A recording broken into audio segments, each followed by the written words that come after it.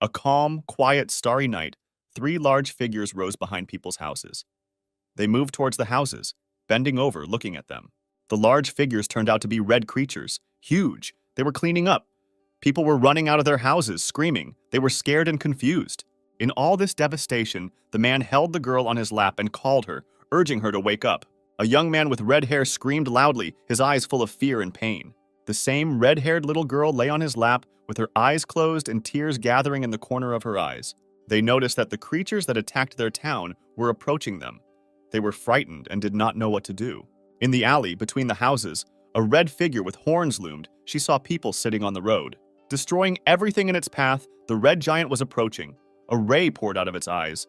With this ray, it cut through all the earth and houses. A column of light rose behind the buildings. Fragments flew in all directions. It was cold, dark, and scary. A wave of stones and smoke fell over Aiden. He tried to hold on and not fall, holding onto the stones with his hand. The young man was crawling. He was missing an arm and a leg, but he was crawling forward. He had his own goal, and he stubbornly walked towards it. Raising his face up, he screamed very loudly in pain and grief. What he saw made him freeze in horror. His Alice was broken into two halves. One half had already dissipated. Aiden looked at it all. Clutching what was left of the girl, the young man screamed and screamed. He wondered why this happened to them. He cried and cried, asked a question, but never received an answer to it. The pain took over him completely. Having clasped his hand with her palm, the little girl, who gradually fell apart, asked for forgiveness. The girl's blue eyes were clouded with tears. She was falling apart into many pieces and had already resigned herself to her fate. Finally, Alice disappeared. Aiden watched and did not believe what was happening. He must survive no matter what. Stretching out his hand, the girl's bracelet remained on it. The last thing from her. The young man looked at it for a long time. He was surrounded on all sides. Shadows were moving closer. In the darkness, they seemed black, with horns, and Aiden sat and grieved. Along with the red creatures in the middle, a man in black appeared. They approached the young man, considering him a mistake that could lead to a virus. The man in black was wearing a strange white mask. Half of his mask had a glowing eye. The other half had nothing. He called the young man by name. Aiden should be removed forever. The man directed his beam towards the young man, and he began to crumble. His gaze slowly subsided.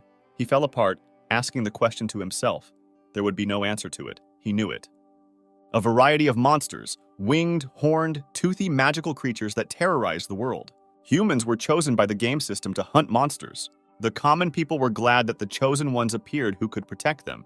3 young men with a gift. As if this was in the order of things, the players began to treat ordinary people terribly. They beat them and mocked them. People endured. They could not do anything. Gritting their teeth, they saw the disgrace that the chosen ones were doing. That man in black, with a mask on his face, with one glowing eye, was the moderator of the system.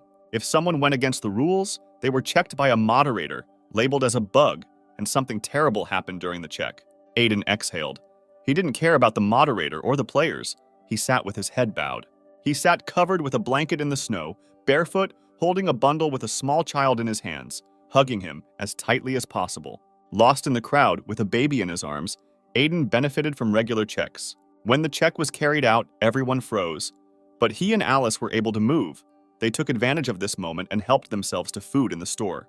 Gathering everything he needed, he stealthily walked to where they were waiting for him. Survival was a special task, so he was not interested in why they could move. Here he is, sharpening a sword with a large sledgehammer, but breaks it off. He didn't expect it, so he was at a loss. His eyes widen in fear. A drop of sweat runs down his temple. He will be punished. He will be scolded. Suddenly, a fist flies into the cheek, a shadow fist, a strong blow, lips curled. 2 people. One of them is very angry and hits Aiden so that he flies away and hits his back on the floor. His sledgehammer bounces off.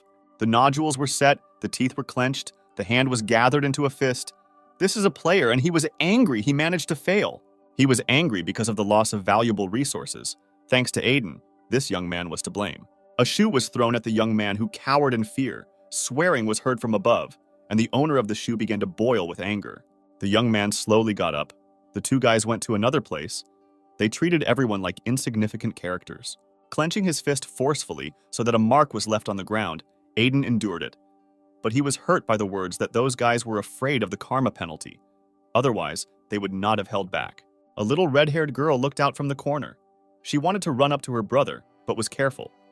Meanwhile, the guy wiped his face with his sleeve so that the girl wouldn't see him. Alice ran up to the guy. She wanted to help him with something, but the guy got angry. She couldn't go down. She began to wipe her brother's face with her napkin. The little girl didn't understand why this was happening to him, because he didn't break the sword on purpose. They were happy, sister and brother, warm day, a lot of laughter. There was some fun in their difficult life. Swimming out of his memories to where the particles leave him, he clenched his teeth with force, thinking of something.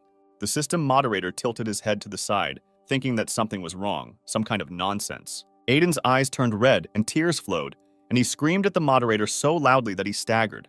The young man fell apart. The moderator stood and watched. He remembered the promise made before he disappeared. Aiden flew down for an unknown length of time. He flew with his back into the abyss, his silhouette glowing as a black dot. Suddenly, in all this emptiness, a hand reached out. The hand was with a scarlet weave. It was reaching somewhere. A hand reached out to Aiden's forehead and touched it. It was so unexpected that it excited him. Without understanding how he ended up on the surface again, the young man watched the dark figures move away, and he remained sitting in the very place where he was. A scoreboard appeared in front of him, then another and another. He looked dumbfounded and did not understand what it meant and how he managed to return. Pants in forest, people strolled leisurely. Each of them had their own business. Tents were pitched near the path. The player in armor was indignant. He was hoping for an upgrade. The old one was 100 years ago, but it didn't work out for him. The players stood near the tents and were indignant. It was loud. They did not understand why it was necessary to carry out the check. A lot of people gathered. Everyone stood and watched how the sword was forged. The sledgehammer was lowered so that sparks splashed in all directions. The players have gathered. They ask each other what is happening. The event is taking place. Aiden stood. He had a sledgehammer in his hands. He was holding an event, increasing the level of sharpening, spending only gold. Some young man was happy, if not now. Then when he had such an opportunity, he succeeded. All the players rushed to Aiden's tent, vying with each other to offer whatever money they wanted, just to level up their skills. An unfamiliar young man pushed forward, pushing others out of his way. He was rude and impolite. Having pushed the players aside, he stood in front of Aiden. Now it was his turn, demanding he thought that the one who sharpened him would not recognize him. But he recognized this man. His eyes widened. A memory surfaced in his head. The memory of how he was humiliated, beaten, and once almost killed. And the man laughed, because he is not a game character. The man placed a whole bag of weapons on the table in front of Aiden and ordered him to improve it all. The players began to be indignant and curse, but they remembered that by fighting they could lower their karma. They calmed down. No one wanted to deal with them. The insolent man looked up at the young man. He recognized him, began to speak to his comrade, but he did not remember him. Aiden's face turned black. The pupils of his eyes became round when the two made a bad joke about his little sister.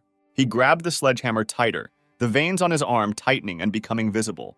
Meanwhile, the man was happy.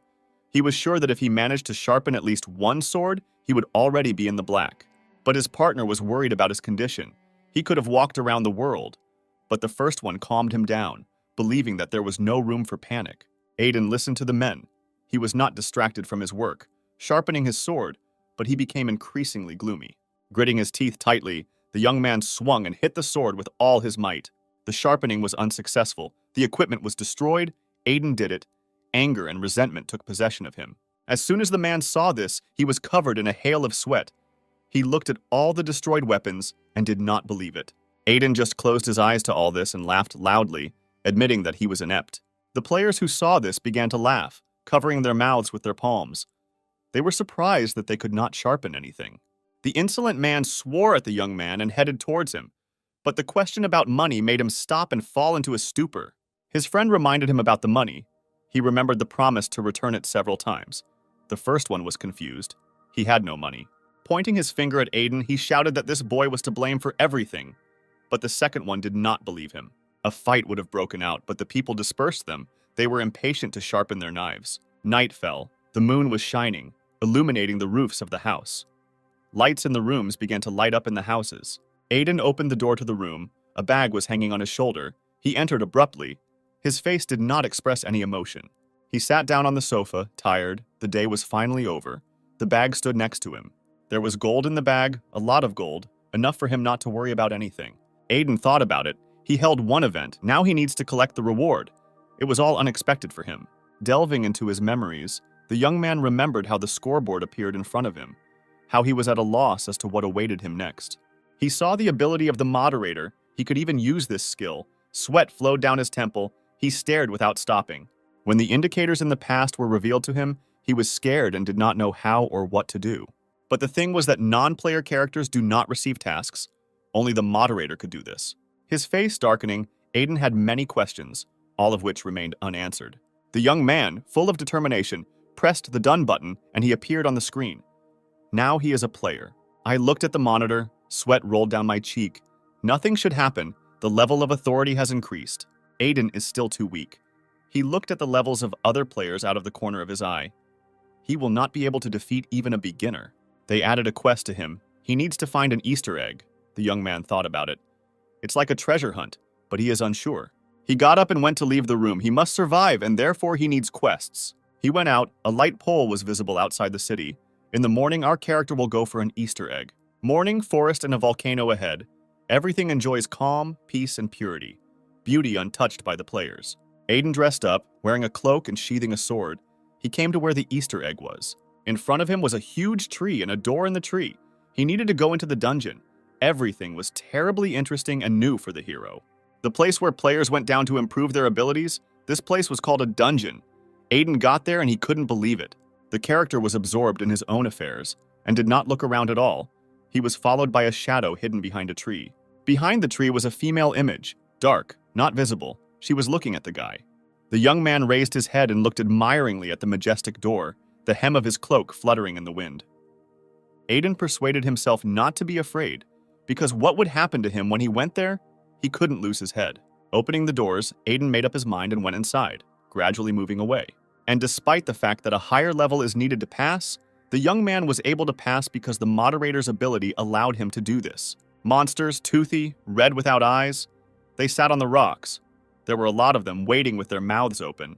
Aiden could hear growls and sounds of struggle. He walked forward but was very afraid. He almost got caught, amazed that players always have to encounter such monsters. The hero walked along a long white corridor, and on the sides there were monsters on the islands. Aiden followed the signs, just followed them, stuck his hand into the wall and it went inside. Passing by the monsters, the young man felt as if he was in another world, and this was an unusual road.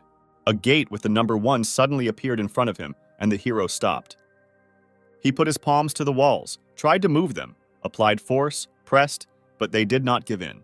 He opened his scoreboard. If he got here, he won't turn back, the character thought decisively. Aiden unlocked yesterday's ability. As soon as he clicked on it, light poured out and it became bright.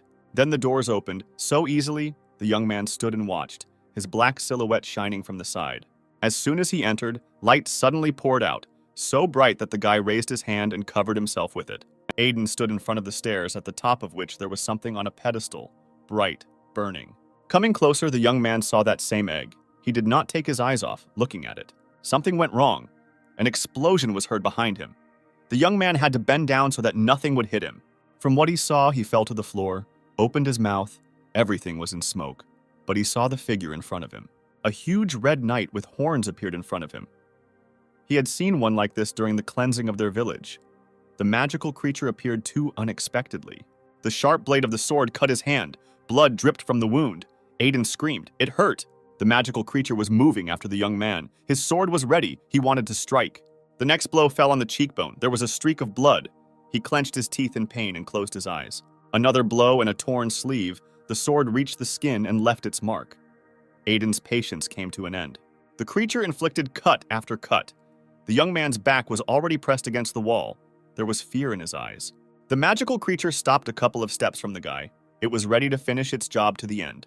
Aiden had nothing more to lose, so he grabbed the hilt of the sword and began to pull it out of its sheath. On his wrist hung the last thing that was left of his sister, a bracelet.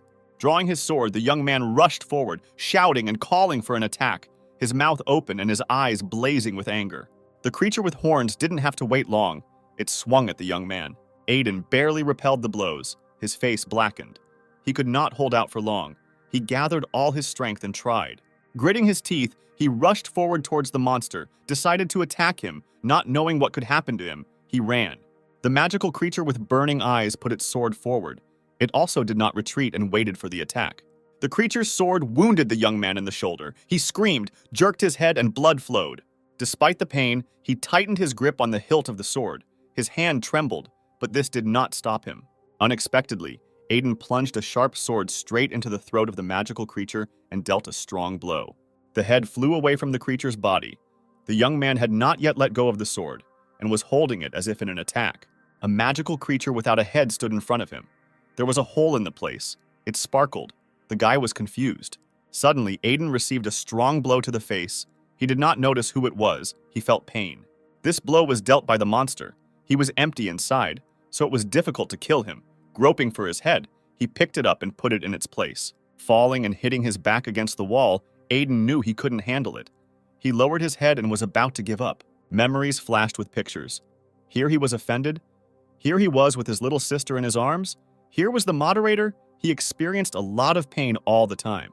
And of course his sister, who asked him to survive at any cost at the moment when she was cleared. From his bosom, the guy took out his working tool, a sledgehammer, and squeezed it tightly in his hand.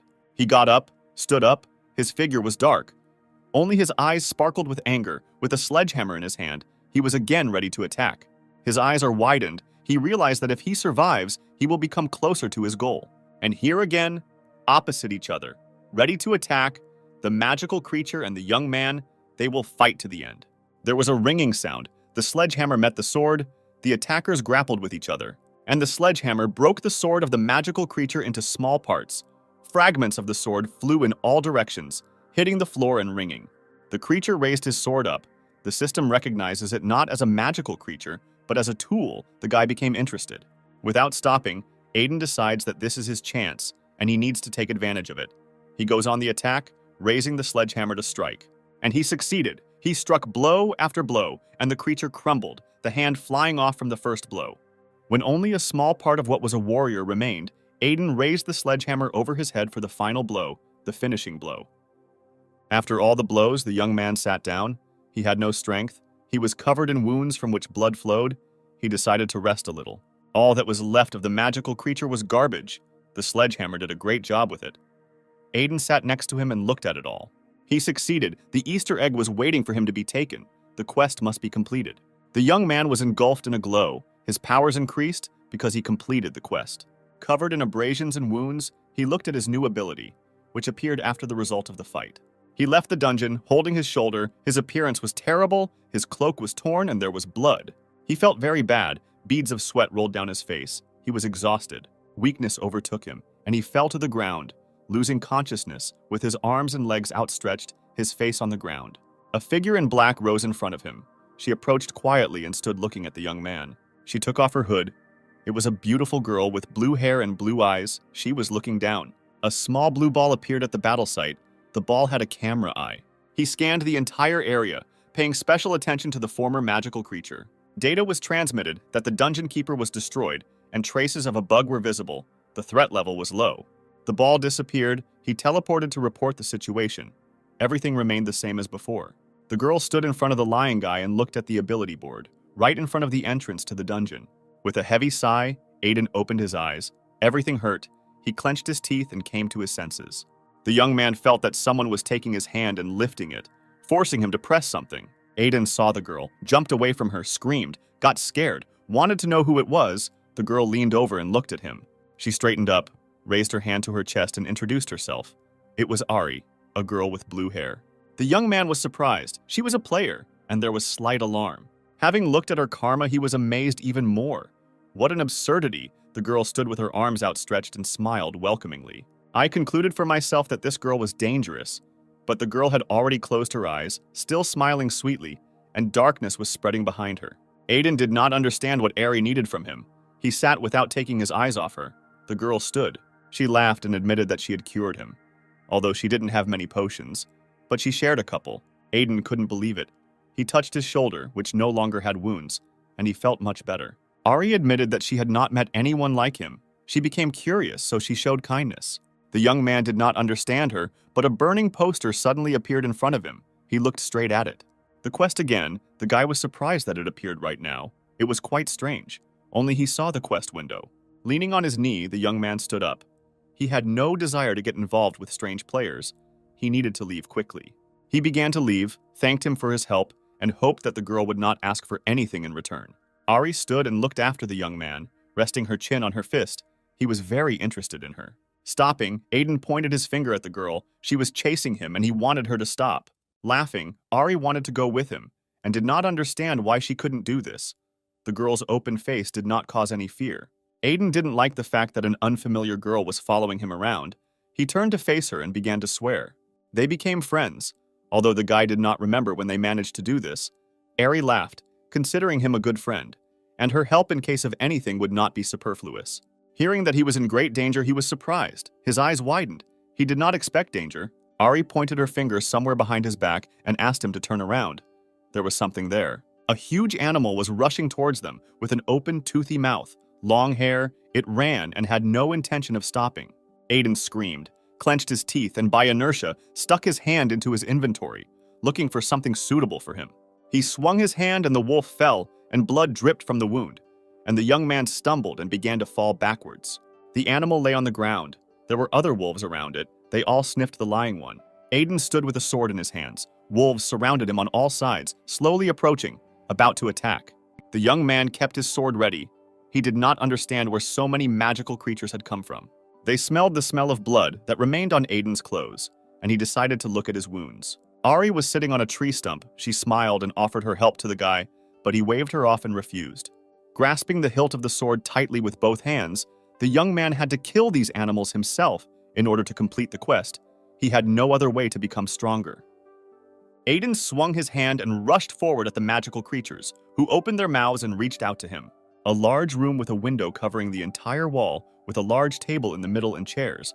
A man sat at the head, resting his cheek with his hand, thinking about something, twirling a ball in his other hand. The ball on the hand shared information that the Easter egg was missing.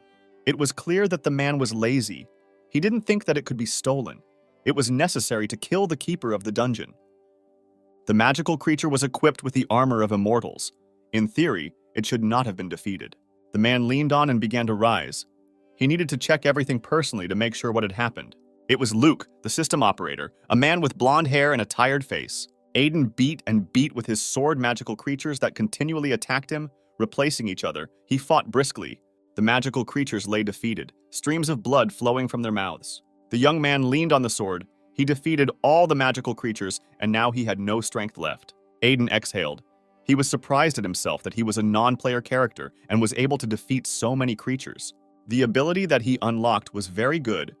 Who would have thought that this would happen? He looked at the scoreboard of his skills. You need to be careful with your abilities, otherwise the consequences will not keep you waiting. The young man became curious about what other abilities could be unlocked, although editing was great. He carefully looked at his data. It was not clear why his level did not change and his experience points did not increase. In order to become stronger in this world, he must increase his level by continuing to look at his board. You can increase your level in several ways. One of the ways is to complete a quest, tasks are given, and you need to follow them. The second way is to defeat a magical creature, a dragon, and a crowd of people attack it. His face looked a little surprised. Something was wrong here, something was obviously wrong. Ari sat and looked at the guy. She rested her cheek on her hand and watched his actions. Following his logic, for several days Aiden fought with magical creatures. He was attacked by wolves, monsters with horns of different colors. He had no choice. Other characters did not give him tasks, and Ari followed him everywhere, watched and smiled. But no matter how many monsters Aiden killed, no matter how many commands he entered, the level was absolutely in no hurry to increase. It dawned on our character only after everything. After killing everyone, he stood alone at sunset with a sword in his hand. All non-player characters cannot surpass themselves. They will remain as they are. But here are the players chosen by the system, the chosen ones. They can improve their skills, their abilities. Aiden sat near the lighted fire. He was tormented by thoughts that his fate was to remain on the outskirts of development. Closing his eyes and resting his head on his hand, the young man thought what he should do now, because he must go to his goal. There must be a way out. Ari turned to him. The guy threw his head back, opened one eye and stared at her. The girl sat and ate. She laughed and asked to add her as a friend. The hero exhaled. He was dissatisfied. They were in the forest, sitting in front of the fire, and Aiden was cursing. He didn't want the girl to follow him everywhere and all the time, but she just grinned. Ari's question made the guy confused. He needs to become stronger. He craves it. She knew how to level up faster. The hero turned to her and began to listen to her with his mouth open. The girl stood up, folded her arms over her chest. She was sure that the level could be raised within the framework of team play. Aiden's eyes were directed at Ari. He didn't believe what he heard, but he couldn't handle it alone. The young man agreed. The girl's eyes widened in surprise. She didn't think that she would give her consent to pair work so quickly. He looked away and confirmed that he agreed, although he himself did not understand exactly what team play meant. Happy Ari pounced on Aiden. She laughed and couldn't believe that he gave his consent, but he shrank all over and clenched his teeth. The bright moon was shining. Smoke from the fire was hanging over the forest. The mountains were towering, and you could only hear the conversation of two people. Ari stood in front with a knife in her hands. Aiden stood behind her and watched. This is called accelerating a friend. The girl turned her head to the guy, and in front of her were giant magical creatures. She advised him not to move, otherwise he might die. Ari pouted. She only helps her friends, and Aiden doesn't even want to add her. The young man peered at the data. If you look at the behavior, then for her hunting is not a difficult matter, it's common. The hero thought that the only way he could earn experience points was by working in tandem with this girl. The player walked towards the monsters. She spread her arms to the sides with knives and was ready to fight. She jumped towards the monsters and began to attack one after another. Her movements were sharp and hit the target immediately. Aiden was jubilant. He succeeded, the levels increased, he even clenched his fist with joy. They were busy with the joyful event that the level had increased, and did not notice at all how the ball was following them. He scanned the young man and discovered a bug. Now he had the data and could return to the owner. Ari fought with monsters. The young man assumed that she was strong, but did not think that she was that strong. But Aiden doubted the girl, why she followed him, what she wanted. He could not understand this. A ball was peeking out from behind the rock. The young man did not notice it, but the player saw it. She realized that he was sniffing out something. Aiden looked at the accrual of level and experience. How many days he lost in vain, and now everything has passed quickly. He longed for some new ability. He had a reward. He looked at his panel. The character lost sight of Ari, began calling her, screaming because she promised to speed him up. There was a broken ball lying on the ground. It had been cut open, but it was still trying to convey a warning. He tried to warn until the last moment, but Ari's raised foot interrupted his attempts, stepped on and crushed the ball. The girl looked down from above. Without removing her leg, she didn't know what it was, but it bothered her. Ari beamed. The young man finally accepted her friendship. She folded her hands and pressed them to her face with emotion. Aiden didn't like that the girl was too loud, but he needed her, so he accepted her friendship. They began to travel together, with a player they met by chance. This time they walked along the road past the mills. He used the award he received thanks to Ari in editing.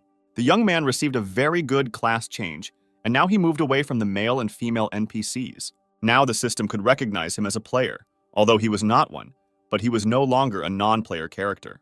Aiden could fight creatures and level up even if he was alone. Raising his hand, the young man believed that he had become stronger. He was no longer who he was before, completely different. Clenching his hand into a fist and looking at her, he regretted that he was not strong enough when it was necessary. Having darkened his face, the hero remembered his little sister with red hair. Her pure, innocent face froze in his memory. Suddenly, Aiden stopped. The breeze blew yellow leaves towards him. He looked to the side. Ari noticed that something was wrong with the guy, looked at him, called him by name, but he did not respond. Without hearing the girl's words, Aiden began to run across the green field, so that the hem of his cloak fluttered as he ran. Braking sharply, the guy looked straight. He was in the middle of the field. Flowers were growing nearby. Leaves were flying in different directions. What Aiden saw was the clearing of the village. The canopy was thrown. He stood and watched. Ari ran up to him. The two of them looked at the bad sector. The girl was going to tell us more about it. The zone that the moderator cleared and left, and it became itself an empty space of the system. Aiden stood and watched when he heard that someone could get out of there, and he was surprised. The character began to descend, looked at his feet. Ari stood and did not understand where he was going. Aiden was about to go there. The girl ran after him and asked him to wait for her too. They stopped right in front of the iridescent curtain, a bad sector, and watched. The young man felt sad because the place where he lived had become somewhat similar to this. He extended his hand and wanted to touch the wall. The girl clapped her hands. She wanted to go inside. As soon as you put your hand on the wall of this place, red color flooded where the young man's hand was. The guy's tenacity had no equal. A passage opened under his hand through which one could pass. Ari jumped behind him, putting her hands on Aiden's shoulders. She wanted to go there together. The guy didn't understand why the player was clinging to him, because she could come in on her own. The hero looked sideways at her. He wanted her to leave him behind. Only moderators and operators could enter the sector. The two of them entered a bad sector, but no one knew why they needed it, so they just walked. Aiden walked forward, not paying attention to the surrounding space. He had no need to come here, but something pulled him. They saw something. The guy took his sword out of its sheath, a bracelet hung on his wrist. The memory of his sister is now always with him. A shadow was visible among the stones ahead. The sword was ready. The hope was that it was a wild beast.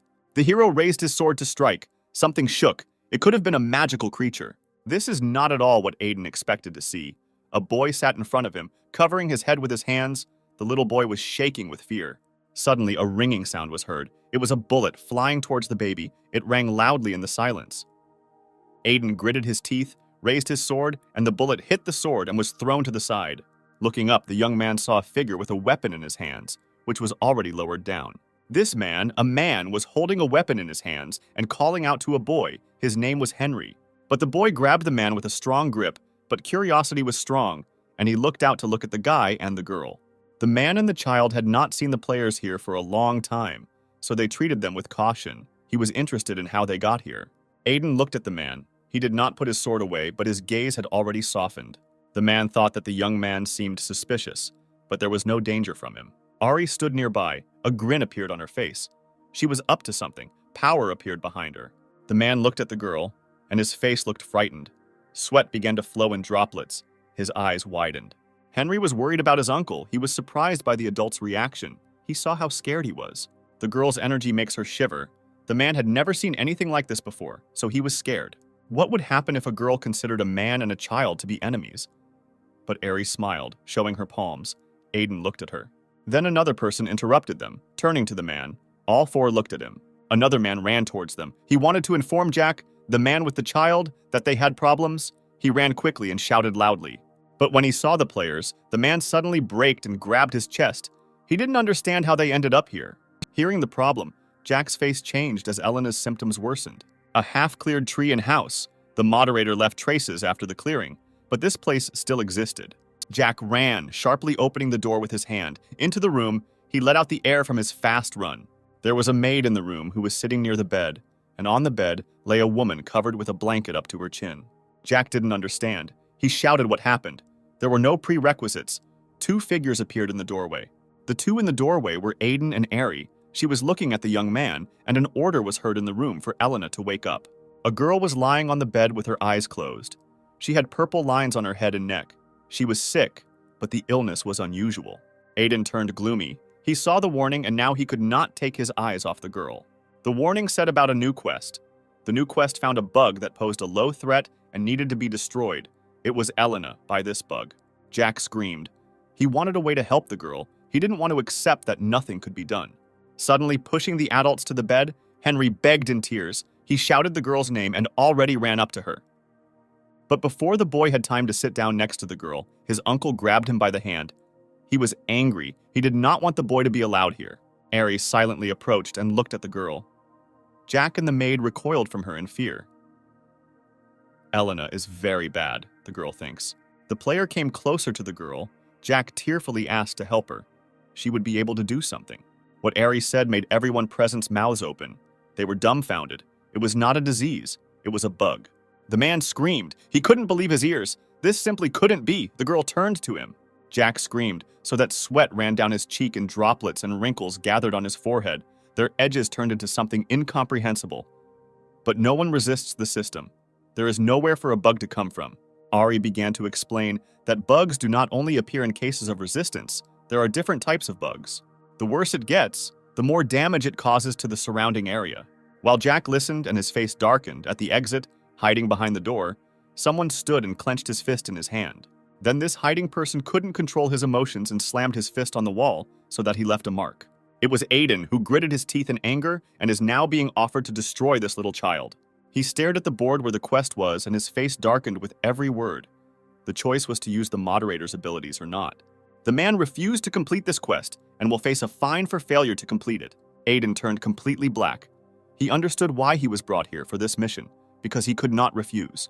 The man was angry. He would not be like him. He hit the board with the task, breaking it into pieces. He straightened up, looked straight, clenched his hand into a fist, clenched his teeth. He was ready to destroy everyone. While everyone was talking, Aiden appeared on the threshold. He held his hand on the doorframe. He went inside, walked through, the people in the room turned to him, he ordered everyone to get out and resolutely walked forward. Jack screamed, "No one knows if there is a way to cure Elena, but Aiden will look and try." The boy grabbed the cloak from his back and squeezed it tightly. He tearfully asked to save his little sister. Aiden walked over to the bed where Elena was lying. Raised his hand above her, he looked intently at the girl. People in the room stood and looked at what the guy was doing, and he sat down next to the girl, and a glow began to emanate from his hand. Their mouths opened in surprise. People were watching him. They did not understand what was happening. Aiden got inside the space of the system. He couldn't see the end.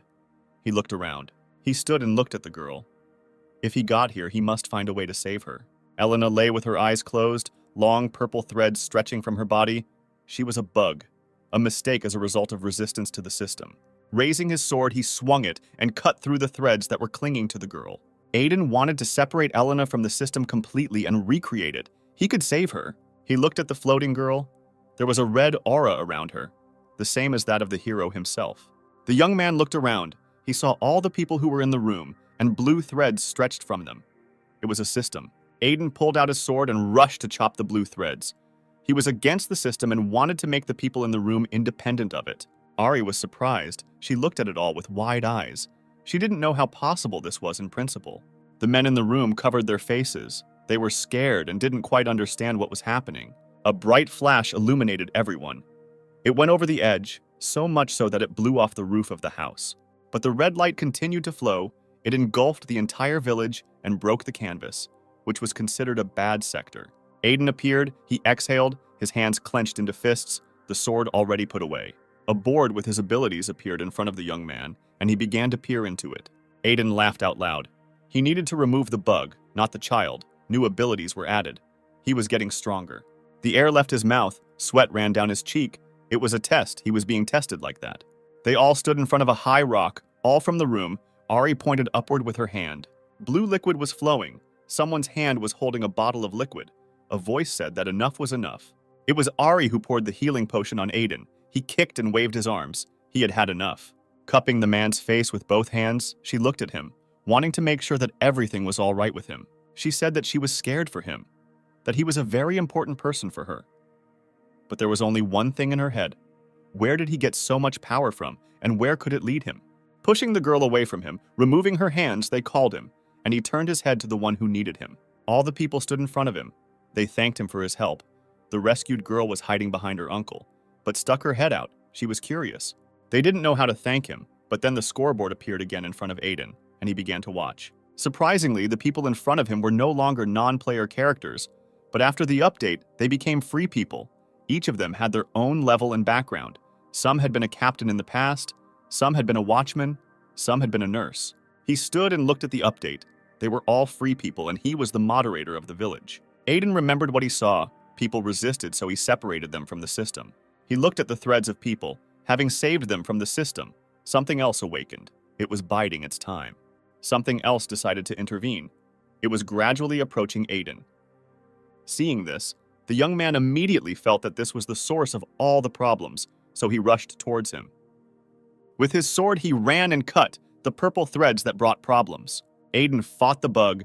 He floated with a red aura and holding his sword at the ready, determined to see his job through to the end. And he succeeded. The threads connecting the people were broken, but now red threads were coming from them, and they were heading towards the man. The guy looked at these threads that stuck into him. Now, for some unknown reason, he was connected with these people. Jack turned to the hero. They were now NPCs. He looked at him. The man wanted to know if the guy was the operator, after all. He saved them through the system. The operators are selected by the moderator from the best players. Luke was one of them. Jack bowed his head and closed his eyes. They now owed a huge debt to the young man. They knelt down and asked to join them. Jack was speechless from what he saw and heard and opened his mouth. He stood and was silent. Aiden was confused. He did not know these people, and he was not an operator, but it was the will of the people themselves. They wanted it and desired it. They also dumbfounded the young man by the fact that he was now the owner of this place. Two shadows, moving away from the people, decided what to do. They wanted to say that he was a moderator, but no one knew whether this would be appropriate. Ari put her small hand on Aiden's shoulder. It reminded him of what he did for people. She whispered in her ear that no matter what the young man's decision was, they would accept it, because he saved them. The girl smiled. Their fate was already predetermined. There is no need to rack your brains. You need to do what you think is necessary. She spread her arms to the sides. Aiden looked at her. Sometimes Ari's words made her feel like she knew everything. The young man decided to act as he wished. He also listened to the girl. People looked at the young man, waiting for his decision. He wanted to give them what they needed. A table with various foods, hot dishes, drinks, salads, and various sauces appeared in front of them. They looked at the table enthusiastically. The children's eyes shone. The men each took a mug with a drink. They watched silently while the others were happy to hope. They had not eaten normal food for so long. Jack thanked Aiden for sharing his supplies with them. He was beginning to worry about the children, since they had little food left. The children laughed. They ate. The nurse and the watchman looked and smiled. This food would last them a long time. Raising the mug to his mouth, the guy asked how long the village had been in this state. Jack was sure that it used to be a good place to live. A majestic castle, the village was not rich but beautiful. Even players came here. The wooden buildings were all intact, neat and clean. One day there was a check, and the monsters, led by the moderator, came down to clean up. They went and destroyed everything. Frightened, they were already tired of fighting. An unknown wanderer helped them, but did not remove them. The hooded man grinned and saved several people with his magical power. His face could not be seen. Jack raised the mug to his mouth in order to survive in captivity here. They were trying their best. Aiden listened to everything and looked at him for a long time. Hearing the word family, the guy plunged into memories where he was with his sister. And he also had a family. Ari stood with her elbows on the railing and looked carefully at Aiden. She saw how his facial expressions changed. Suddenly, a chest appeared. The chest stood near the wall and shone. This light attracted the attention of the characters. The girl took her chin. She saw the chest. Her eyes shone, and she herself was pleased. Pretending that she had just seen the chest, she attracted the attention of other people, screamed loudly, and pointed her finger at it. Everyone stared at the chest. It looked pretty decent for the area. The chest was a storage unit that could only be used by players. It was connected by a system and could be located anywhere. The watchman knew all this since he was guarding the vault, and the cunning Ari smiled looking at the men. Aiden looked at the chest. He heard that the system does not allow it to open, so it has been standing here for a long time. He walked up to the chest, sat down next to it, asked the others to move away, and began to try to open it. The young man knew that players collect rare items, and perhaps he has such a chance now. The chest was opened using the moderator's abilities, unlocking the skill. Aiden lifted the lid. The whole room was illuminated with light, and he could not take his eyes off what was inside. There was everything there, all kinds of equipment, uniforms, weapons, coins, and potions, and he could use as much as he wanted. The rest of the people opened their mouths at what they saw. They were shocked and stood watching without blinking. Jack and the watchman picked up weapons for themselves. They were not very confident and doubted whether they could do it or not. Aiden reassured them all. There are enough resources. There is no need for any excitement. Let this be his gift. Holding his sledgehammer in his hand, the man decided that the found weapon would not be in vain. They could use it. The bags contained provisions, apples, grain, cereals. All this should last them a long time. There was gold in other bags. There were several such bags, so there was no need to worry about finances either. Ari also wanted to get something. She looked into Aiden's face, but he decided that she already had everything, plenty of everything. The young man thought that he received a lot of things, food and cool weapons that were powerful. The players didn't see anything of their own in the vault because Aiden took everything and didn't care that it was someone else's. The players will write a complaint to the operators. As a result, they will receive compensation, so everything will be fine, the guy reassured himself. The most important prize was on his hand. It was a round funnel that seemed to lead to another world. It was a cloud storage, where you could store and retrieve anything at any time. The young man was pleased with this find.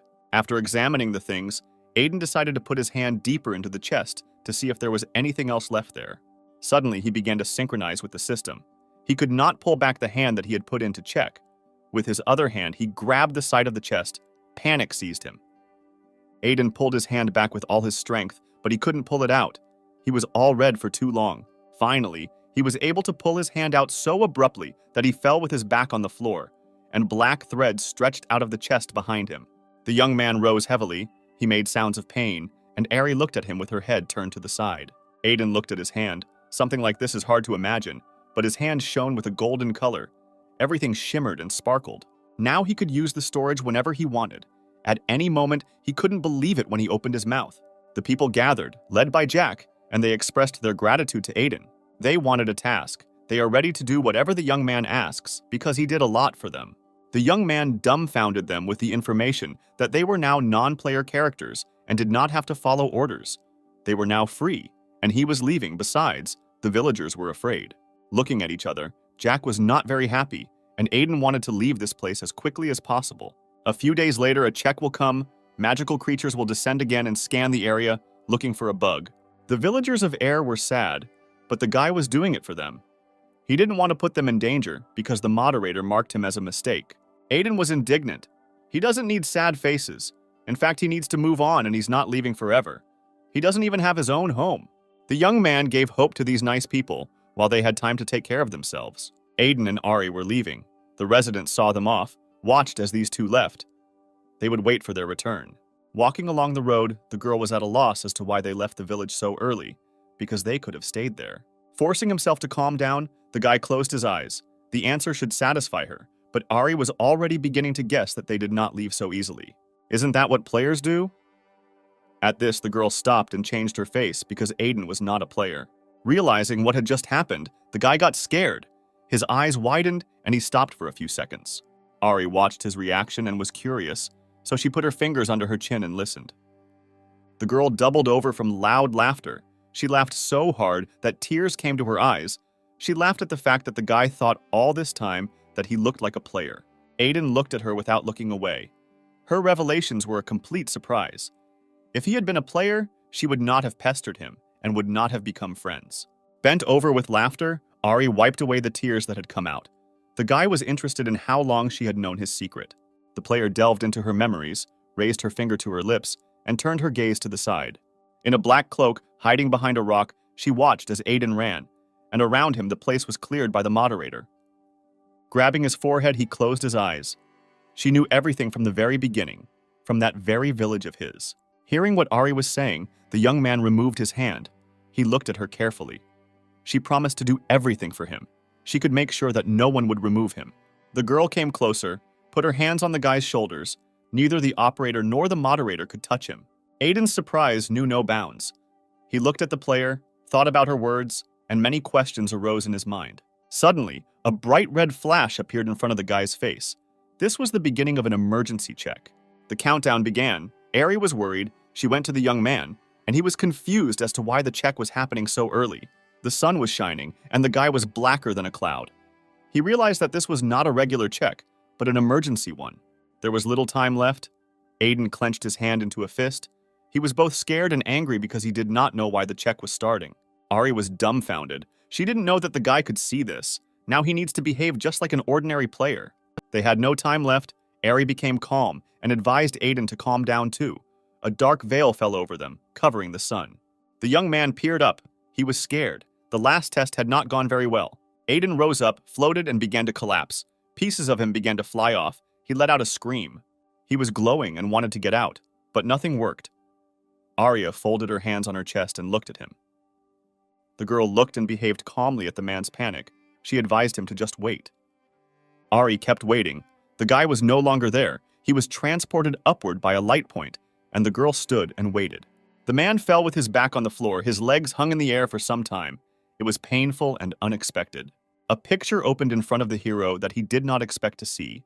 He was sitting on a hill, and in front of him was a crowd of people. They were all walking back and forth. Having looked closer, he did not know this place. There were only players here. They were laughing, getting into verbal altercations with each other. He kept wondering where the players went during the check, but it turns out they were transported to neutral territory. The man was in the distance. He had never seen so many players. He wanted to go down and find out some information. The hero remembered that Ari asked him to wait, but it was not known when she would appear, so now he peered at where the players were. The young man finally came down and felt very uncomfortable standing in this crowd. He heard laughter and conversations, but did not know what to do next. He felt sad. He thought that he had become stronger, but now he looked at the top players and realized that he was not quite strong yet. The players were arguing. They had their own affairs, but because of the check, they could not go to carry them out. Folding his arms across his chest, he was interested in when the check would end. He would also like to find Arya. He had too many questions for her.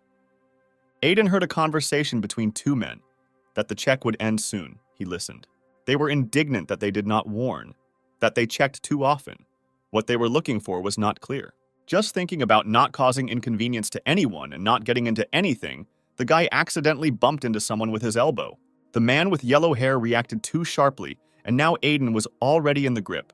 Someone else's hands clenched around his neck. He grabbed them, but did not have time to say anything.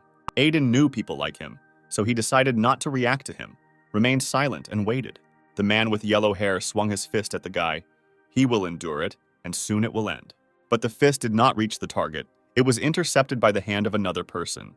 A cheerful guy stopped his fist. He spoke freely, tried to resolve the conflict, explaining that the young man accidentally touched him and he was a newbie. Now the man turned his attention to the one who stood up for our hero. He began to find out who he was. The rest of the players, seeing the altercation between the two men, could not stay away. They saw by the symbol that the first one was from the Griffin Guild. There were 5 guilds. The most powerful was the Griffin Guild. The man who tried to hit the guy disappeared, but promised that if he met him, he would tear him to pieces. The two of them were left alone and watched him leave. Aiden turned to the man and thanked him. He said that it was better to beware of people like the one who had just left. Smiling radiantly, he extended his hand as a sign of acquaintance. His name was Kevin. The hero also introduced himself, which caused a fit of laughter from him. He recognized him as a newcomer. Kevin admitted that there are people who bully only the weak, and if he had not intervened, that man would have continued his bullying.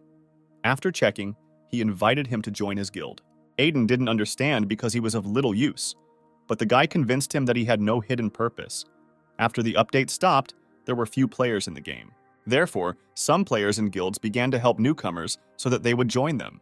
Kevin communicated so easily and naturally, he had already sent Aiden a friend request. Everything was voluntary. He didn't force anyone. Finally, he smiled, turned to the guy, they always welcome newcomers, and left. Aiden stood and watched. He thought that all the players were bad. His memories helped him, but here it turned out to be different. Suddenly, someone jumped on him. It was Ari. She screamed with joy. The guy looked sideways at her. She handed him something yellow in her hands. It was a present from her. The guy was surprised. This was the guy who was bullying the new participant in the game. Ari stayed late to find him. He didn't look very good, beaten and dirty. Leaving it lying in the same place, the couple walked leisurely, talking. The girl was interested in her impressions of this place. While they were walking and talking, someone was watching them from a hillock, in a black cloak. His face was not visible. Luke was watching them with his spy eyes. He did not take his eyes off the two. There were 3 creatures in the building. They stood and waited for something. Today there were only 3 of them. A girl with pointy ears and sharp teeth with a ponytail appeared. It was Mia. She was burning with anger. She was calmed down by cameraman Sela. Her snow-white hair fell on her shoulders. Her open face and gold headband made her look quite cute. The third one spoke. He said that Luke had written. The girls turned to him, smiling. The third was Zane. He had horns on his head and a helmet that completely covered his face. His eyes sparkled. He talked about Luke's discovery, about the bug. The girls chirped. They were interested. They all decided to watch what was happening. They opened the tablet where they saw the back of their fourth and the players. They were curious. The players heatedly discussed the news. The check was completed. Nothing was heard about the events, but there was news about the bug being fixed. Our heroes were no exception. They looked at their scoreboard. Ari stood and listened to the news that there was no update and there would not be. The girl stood thoughtfully. She did not understand why the check ended so quickly. Suddenly, something happened to her. She couldn't control herself. She got scared. Her eyes widened. Sweat ran down her cheek. She was under the control of the system. Someone took advantage of her powers. She turned to the guy, put her hand on his shoulder, and he, like her, lit up with a blue aura. Aiden looked at her strangely. Ari quickly jabbered. Now they will come for him and want to remove him, but he should not worry. She will come up with something. Screaming, she began to evaporate. She needed him, so she would try to save him. Aiden covered his face with his hand because the light was coming from Ari, and so he was left alone on the big field. All the players returned to the game, but he remained. Aiden was completely confused. He did not understand what was happening here and what to expect. Ari returned to the previous place where they were taken. The same road, the same forest. She was angry. Blue waves of power came out of her. She crossed all boundaries. A scream came from her. Aiden stood and waited. Darkness gathering around him.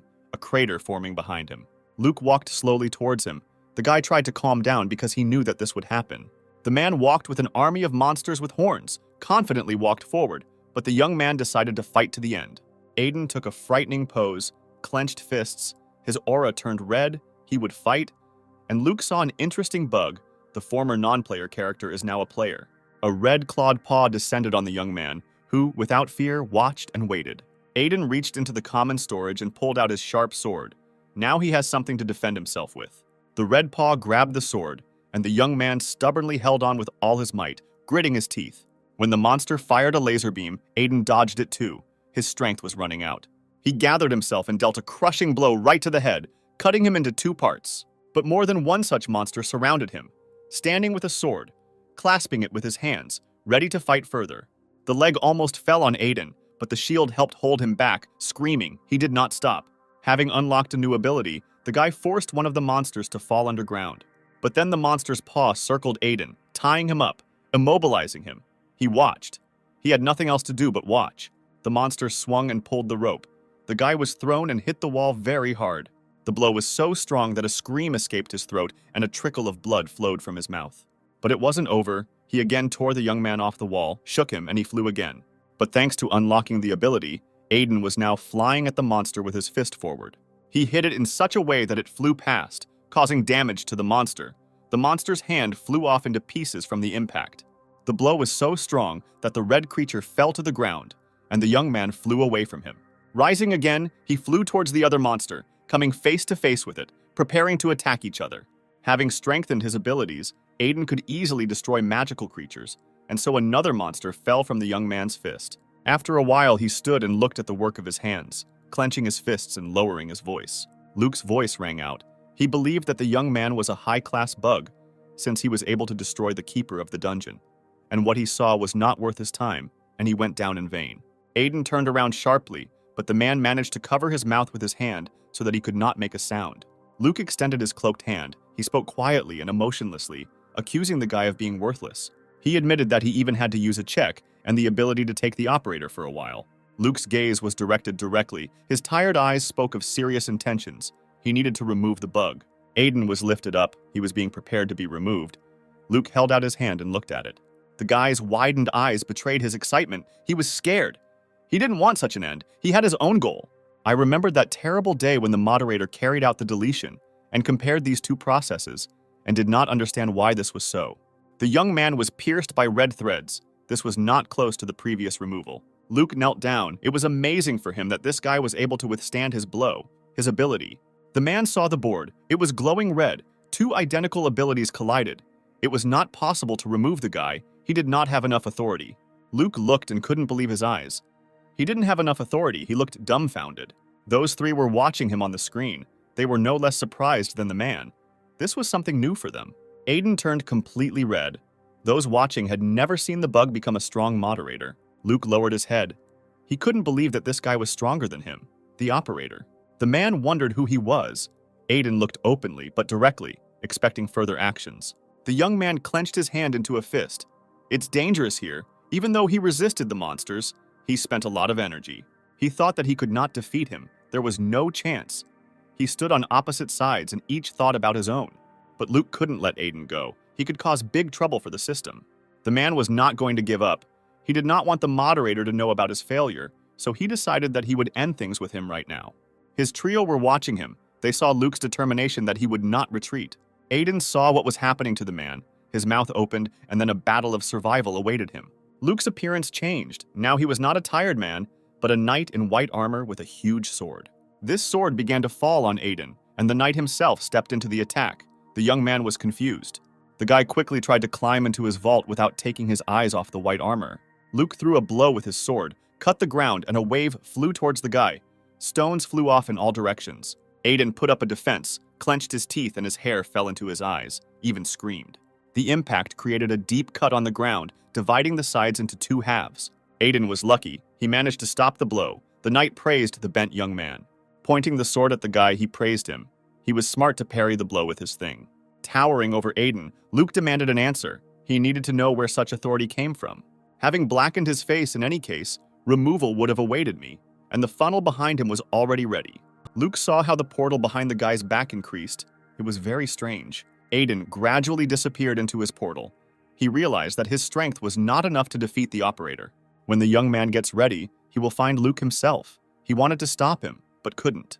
But the funnel was already closing, and the knight was left with nothing. He stood and did not understand how this happened. Luke stood. One eye burned brightly, the other went out. It was impossible to leave here without his permission, so he was discouraged by this trick of Aiden. There was an open chest. It was a common storage room. All the equipment was stored there. The players stood and looked at their scoreboard where all their inventory was. They found errors. The guys shared their news. Things began to disappear due to a bug. The error was never fixed. Suddenly, something happened that frightened the people. A hand came out of the chest, and a scream came from there. Aiden crawled out of the chest, breathing heavily. The players cursed and did not understand how a person could end up there. The young man fell to the floor, listened to the players who cursed the game and needed an update. The trio looked at the blue screen. They waited for Luke to return. Without moving, they waited.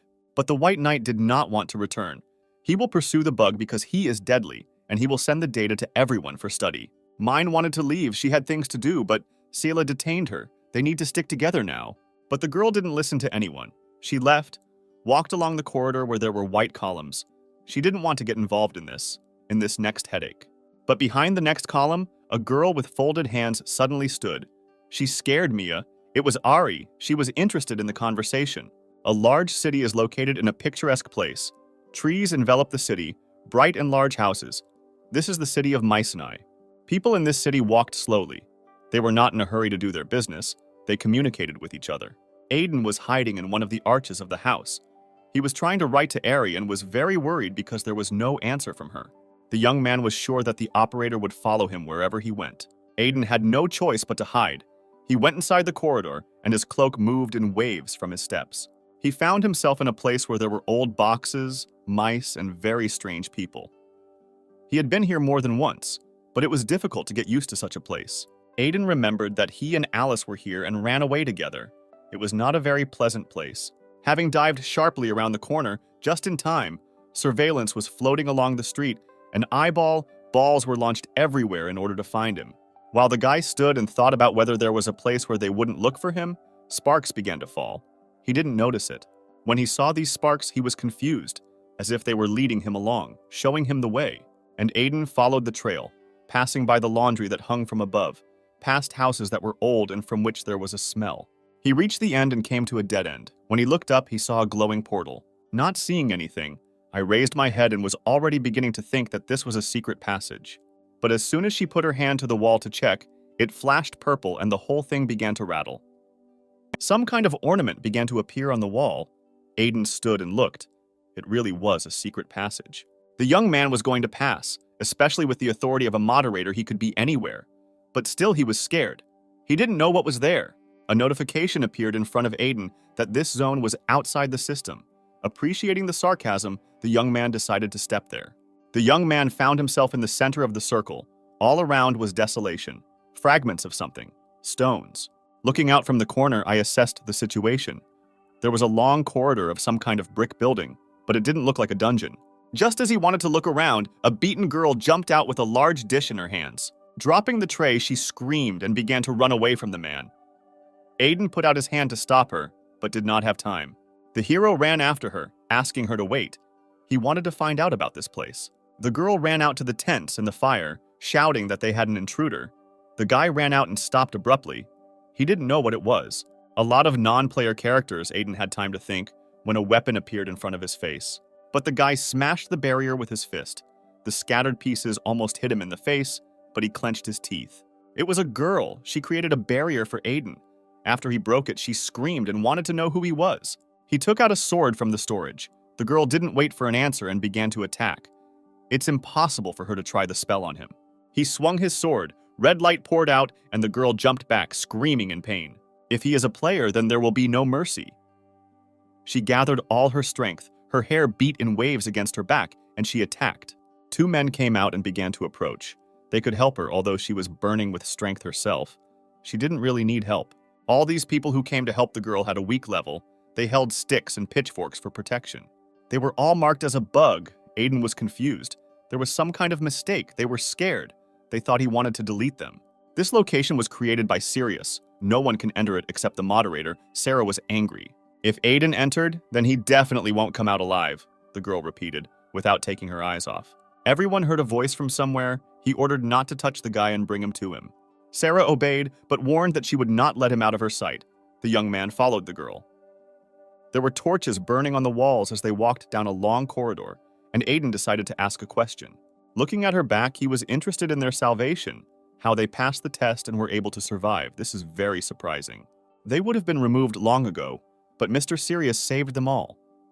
Sarah remembered her home and what was left after it. They came to some empty area where there was an entrance in the wall. They stood and waited. Aiden was in awe. He would never forget what he saw. He was all collected and looked straight.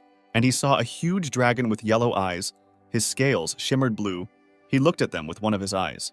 The big dragon bent over them. Aiden couldn't believe his eyes. He stood next to Sarah and didn't breathe. His yellow eyes burned. It was Sirius, the patron spirit, majestic and proud. The guy looked at his panel and thought that the spirit was not a simple non-player character after all. Aiden had only heard legends. These creatures appeared from the very beginning of this world. Hearing a voice that found out that the guy was the new moderator. This question was asked by the dragon. The guy was interested in everything. The dragon was able to see fragments of the young man's memories. The dragon was happy because in a world where everything stopped, such a creature appeared. A new moderator could cure the bug. The girl opened her mouth. She didn't know that the bug could be fixed. Now she was looking at him. That same man, the dragon suddenly changed shape. Everything around lit up and a man walked towards them. It was a young man with yellow eyes he asked to fulfill Aiden's request. A new quest was added and it was different from the others. It was necessary to save people and fulfill Sirius's request. The girl rushed to the dragon. She was worried about changing her appearance. To begin with, Aiden was ready to listen and only then decide what to do next. People crowded at the gate. They looked inside, craning their heads to get a better look at everything. While the dragon was touching the flowers, the guy wanted to know what kind of request he had. The request was quite simple, to cure and take people to their village. Sirius brought out a ball in his hands in which his people were. He closed his eyes and said that they really needed help. He himself can no longer help because he showed Aiden his chest. When he saw it, he opened his mouth in surprise. Violet jelly spread out its threads on the chest in the area of the heart, and it was clear from the dragon's face that he was in great pain. Sarah was around the corner. She eavesdropped and her face changed at the words of her savior. Smiling, she did not agree with him, squeezing her cape tighter and lowering her head. The young people stared at her. Sirius looked with regret, and Aiden with a question. He did not understand what was going on here and wanted to figure it out.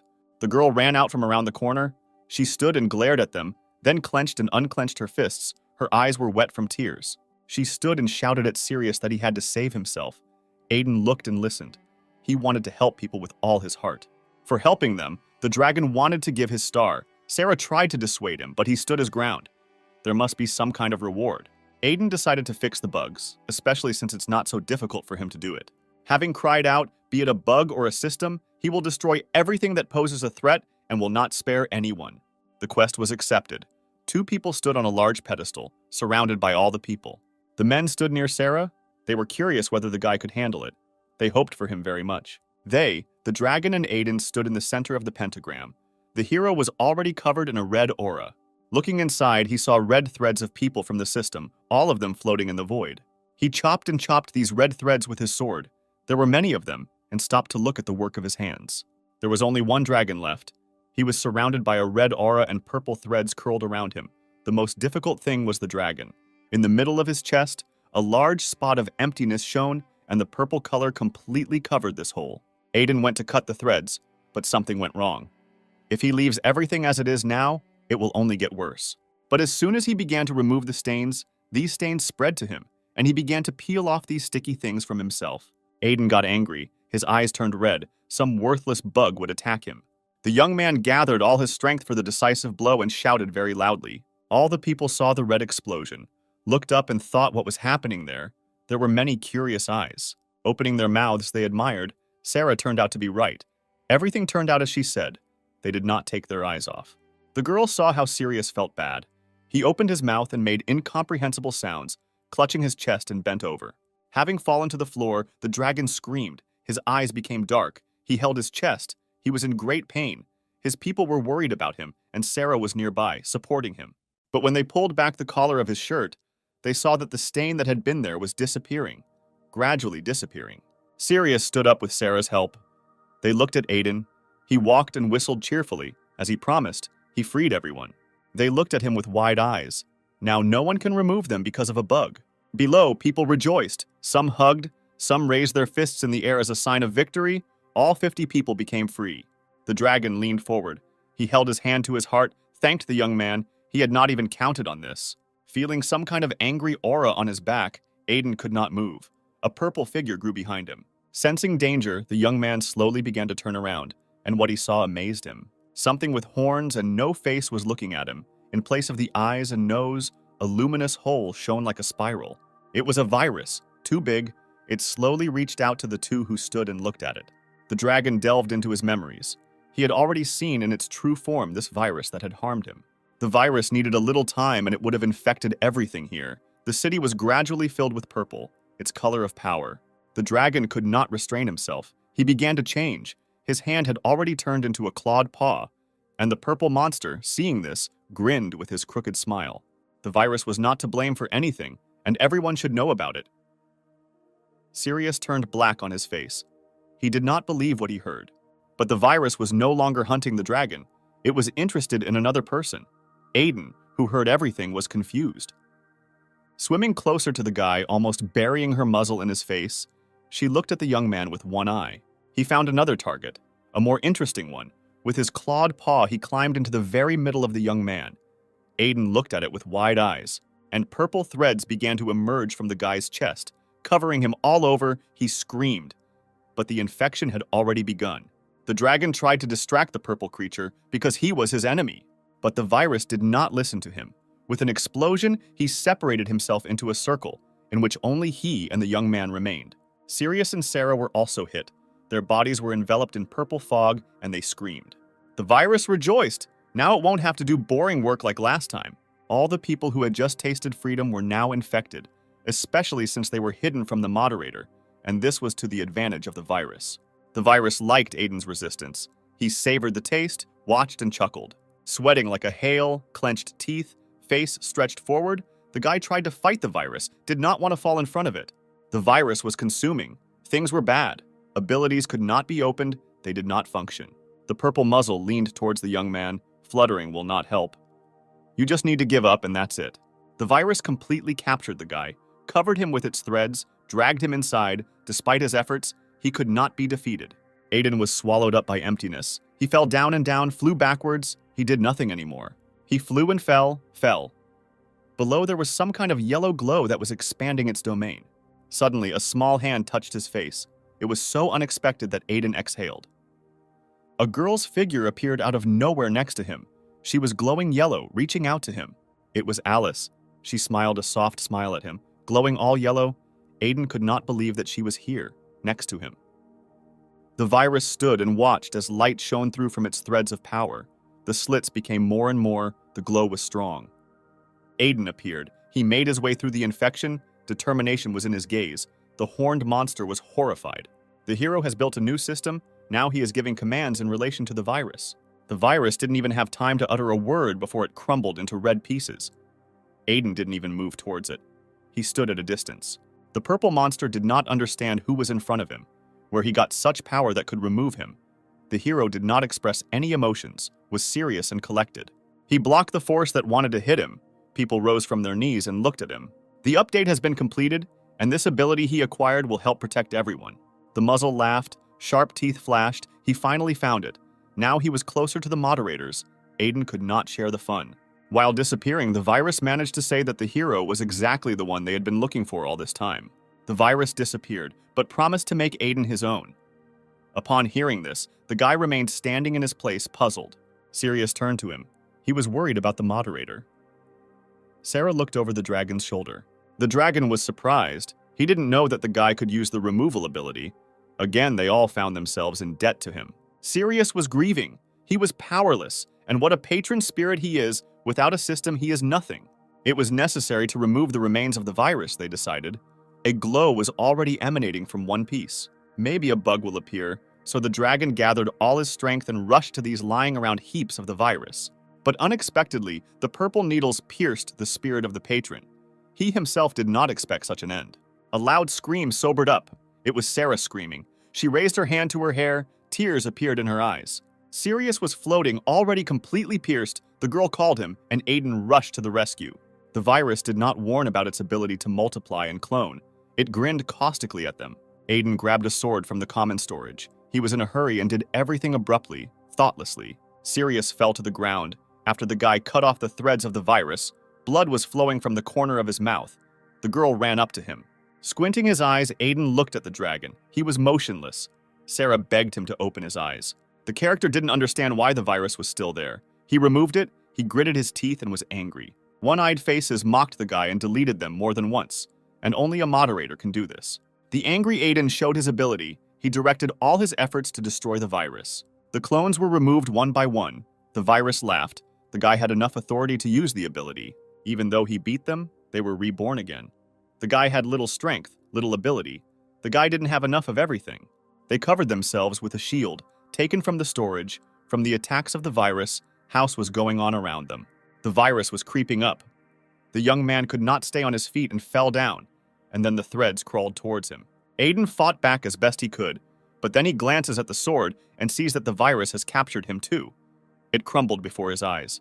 He realized that the player's weapons only affect magical creatures. There is no point in sharpening them, so these evil spirits must be removed differently. The virus was playing with the person. A lot of weapons were lying around that were corrupted by the virus, but Aiden did not give up. The virus was strange. No ability could take it, no deletion, no attack. It continued to clone. The virus engulfed him entirely. The firewall got on his nerves. It twisted the young man into a spiral. He could not move. In this spiral, he tried the removal ability again, and it lit up all white and red. But it was all useless. Darkness rolled in again, but the young man did not want to give up. Aiden cannot keep up with the virus. He orders him to close his eyes and give up. The virus has covered him. Only his eyes remain visible. While the virus and the guy were fighting, Sirius came to his senses and tried to get up, leaning on the girl's hand.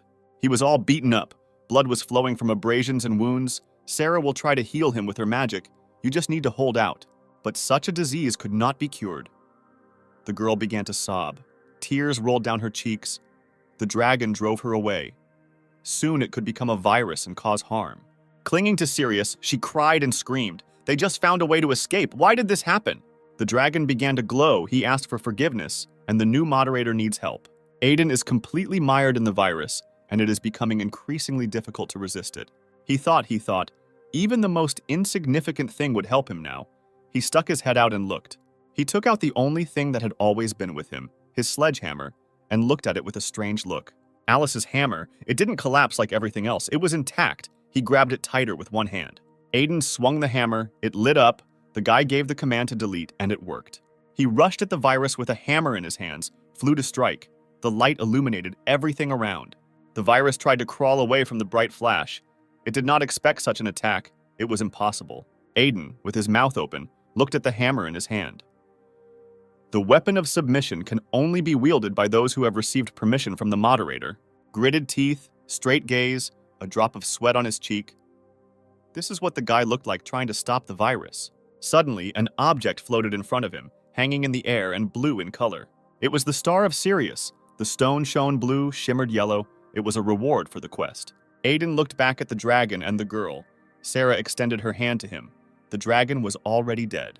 Turning around, the guy raised the hammer angrily. His eyes darkened. His teeth clenched so hard that you could hear them crunching. The attack was strong. The virus was scared. It gradually disappeared. The young man had an unusual weapon in his hands. The virus had seen it for the first time, a fiery sword. With this sword, he finally destroyed the monster. He could no longer recover and clone himself. The young man with glowing red eyes took the sword with both hands and thrust his punitive sword to the end. The virus has risen up. The games are over. He is serious. The guy is ready to answer him. Aiden humbly did not want to accept his fate. He is ready to fight to the end. There was a blow which caused a wave to roll, breaking the ground. The guy's cloak fluttered, but he stood firmly on his feet. With his fiery sword, he ran, delivering a decisive blow. His eyes were dark. He gave the command. The blow was so powerful that the ground rose from above. Spruce and pine trees jumped out. Stones flew in different directions. Aiden exhaled. He finished. He sat down on his knees. The battle was difficult. Stones were falling around him. By placing his hammer on the ground, but still touching his palm, it was all thanks to him that he was able to win. He only looked at his victory as a shadow, what happened after the victory over the virus. Someone was looking at the purple screen in a purple image and did not understand what happened to one of its copies. It could have been removed either by the operator or by a high-ranking defender. He poked his clawed finger into the middle. Seeing Aiden, he admitted that it was an interesting specimen and became curious. The man with the burning circle in his chest chuckled. He might even hit the moderator. Suddenly, there was an explosion. Fire poured out to the sides. The explosion was strong. Stones and grass flew in different directions. The fire also touched the young man, Worm, but he only grinned at it. A girl with ears came out of this fire. It was Mia. She was angry because she had finally found the worm. Her eyes sparkled. Her mouth with sharp teeth was open. She looked for him for a long time. She hid well. The figure of the girl stood in the fire. There was disaster around her. The fire bent the trees. Sparks swirled. A ball was forming in her hand. The ball was endowed with power. Her hand was pulsating and burning. Mia gained strength and rushed at the man. She would be enough for him alone. The worm flew up into the air. The girl could only look at him. The purple shadow did not fall. A man attacked. The girl found herself in purple threads. The virus absorbed her. She screamed and jerked her hand. He raised his clawed paw up. The smile did not leave his face. He could handle it. She needed to call someone with her. After the explosion, the dust stood in a cloud. The worm descended. A black aura surrounded it. The explosion forced him to retreat. A white column of smoke and pieces of stones flew to the sides. This blow was dealt by Mia. The radiance and her strength were concentrated on her hands. There was no need to underestimate her. At this time, people crowded around Sirius in the square. Aiden was also here. He looked at the dragon and turned black. The virus gradually consumed him.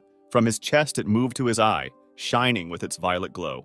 The dragon was shackled with a blue chain. He could not open his jaw. His eye burned on his face, and his claws scratched the ground, leaving deep furrows. Towering above him was the moderator, all dressed in black with one eye glowing. The dragon was trying to get out. He didn't understand why innocent people had to be removed. After all, the moderator was supposed to protect people, but on the contrary, he got rid of the infected. People screamed. They were scared. But there was no protection. Standing opposite each other, the moderator and the dragon looked straight. The dragon accused and reprimanded him that he should have been a support. The man in black hovered above Sirius, the non-player characters who oppose the system, and he, the dragon, pose a hidden threat. Putting his hand forward as a bright blue color poured out, he decided to block them. The dragon struggled, tried to get out, screamed, but the blocks had already been placed, and there was no way out of them. Blocks grew in the middle of the clearing. It was a blockade, no entrance, no exit. The pillars went high into the clouds. Time passed. The city grew on the site of the clearing, but the blocks remained with a staircase leading to them. The dragon, chained in chains, dozed calmly. No one disturbed his sleep. His paws folded under his head. His radiance became weaker. Suddenly, the dragon felt that someone was touching him. It was the hand of a girl in a torn shirt. Looking, he saw a girl looking at him with wide, sad eyes, wearing dirty, torn clothes. Before this girl, they didn't touch the dragon. They looked at it, talked about it, but no one came close. The girl was constantly with Sirius. She had no family, and she spent whole days with him. The dragon gave her a name, Sarah. She obeyed him, became closer to anyone. But the girl was growing up, and she needed people, although he was also used to her. But he had to let go. He taught her everything he could. She had the ability for magic. They expanded her abilities. Sirius shared his power with her for better results for self-defense, since she had a natural talent for magic. Sarah quickly found a common language with people. The dragon was afraid that she would avoid them, but the smiling girl found herself in the center of attention. The dragon had nothing, no strength, no previous appearance, no purpose. He sadly looked into the portal where the girl was. But what happened was that Sirius met the virus again, and the chains were still put on him.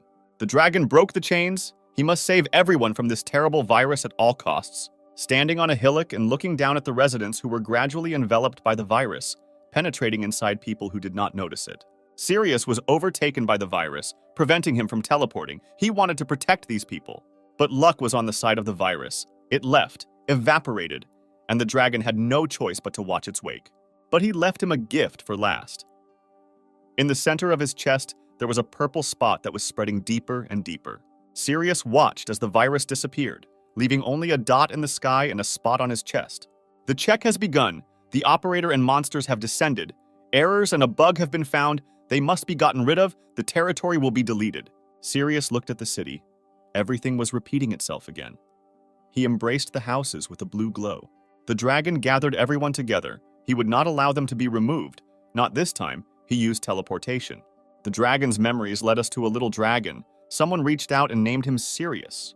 The man said that Sirius is now a light for those who have gone astray, the brightest star. The man looked at the big board. What changes had happened? What was happening now? Everything was under control. The moderator, and it was he, looked at the inscription Sirius and remembered the dragon. He put his hand to the name.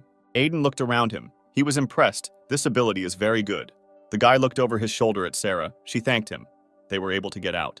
Aiden will lead the people to his village of Urki. It is not far away and they will reach it quickly. But the guy was stopped by the girl. She bowed her head. Aiden looked at her, asking what she wanted. She thanked him for removing Sirius. He would not have wanted to become a virus. Aiden raised his hand and removed the dragon forever. The girl spoke too emotionally. She blushed. There were tears in her eyes. They will follow the guy wherever he says. They walked a straight road ahead of Aiden and Sarah. Behind them, 50 people. All of them became residents of the village of Urch. The young man wanted to know about the star. The girl looked at him, but she couldn't say anything because she didn't know anything herself. The dragon greatly cherished and protected the star. It was the source of his power. There are other similar stars, but it is not known where. Aiden looked at the hammer. His moderator level had increased because of the star. And if it had not been him who had absorbed it, it would have been terrible. They approached the destroyed walls. Sarah screamed. It was the village of the young man. The village was destroyed. It needed repairs and there were only 5 inhabitants, Aiden explained. Aiden was greeted by his residents, smiling happily as they waited for his return.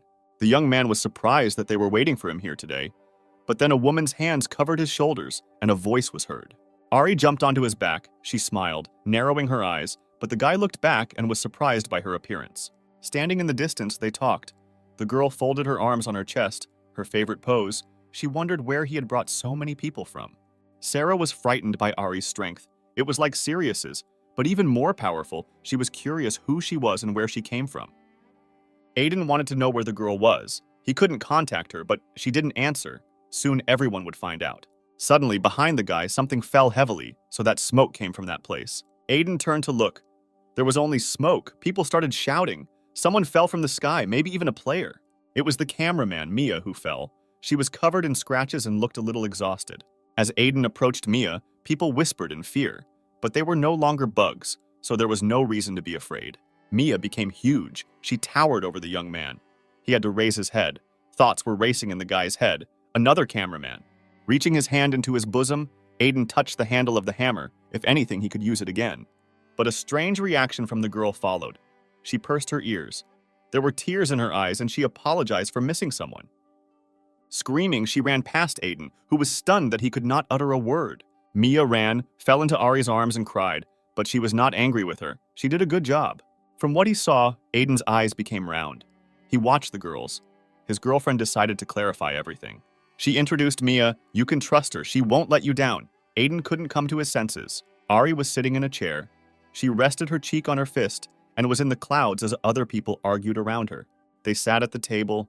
Aiden clenched his fists. He was angry. Mia stood aloof. They were deciding important matters. The young man was indignant that Ari brought the cameraman here because she could remove all of them. In order to save this world, we need to remove all the bugs, Mia said calmly, even lazily. Aiden was angry, clenched his teeth. Why should they be removed? Some other way out is needed. Unable to contain his emotions, the man hit the table with his fist. He can fix the bug. Mia didn't believe it. She screamed impossible. Ari tried to calm these two down. Ari invited Aiden to become a moderator as expected. He turned sharply to her. The guy's frightened look, sweat dripping down his cheek, becoming a moderator was powerful. What's wrong with Ari? Why is she offering this? The young man thought. First, she brought the cameraman here. Now she's asking him to become a moderator. The girl's goal was to replace the current moderator, and this is only possible if the young man helps. The two of them had one goal. This goal was the moderator, because the young man also wanted to take revenge on him. Ari looked at Aiden. She needed him. She couldn't cope without him. The guy looked at her half a turn. There were too many questions, but he understood that she wouldn't answer now. She wasn't ready. Ari said that the authority of a moderator does not make him a moderator. He still needs to create content. Mia leaned forward. She screamed, turning to the girl. She didn't want the guy to become a moderator. It would be better for her to be him. Ari put her hand on the girl's head and laughed herself, putting her hand under her cheek. A man came up, leaned towards Aiden and said something in his ear. The guy listened attentively.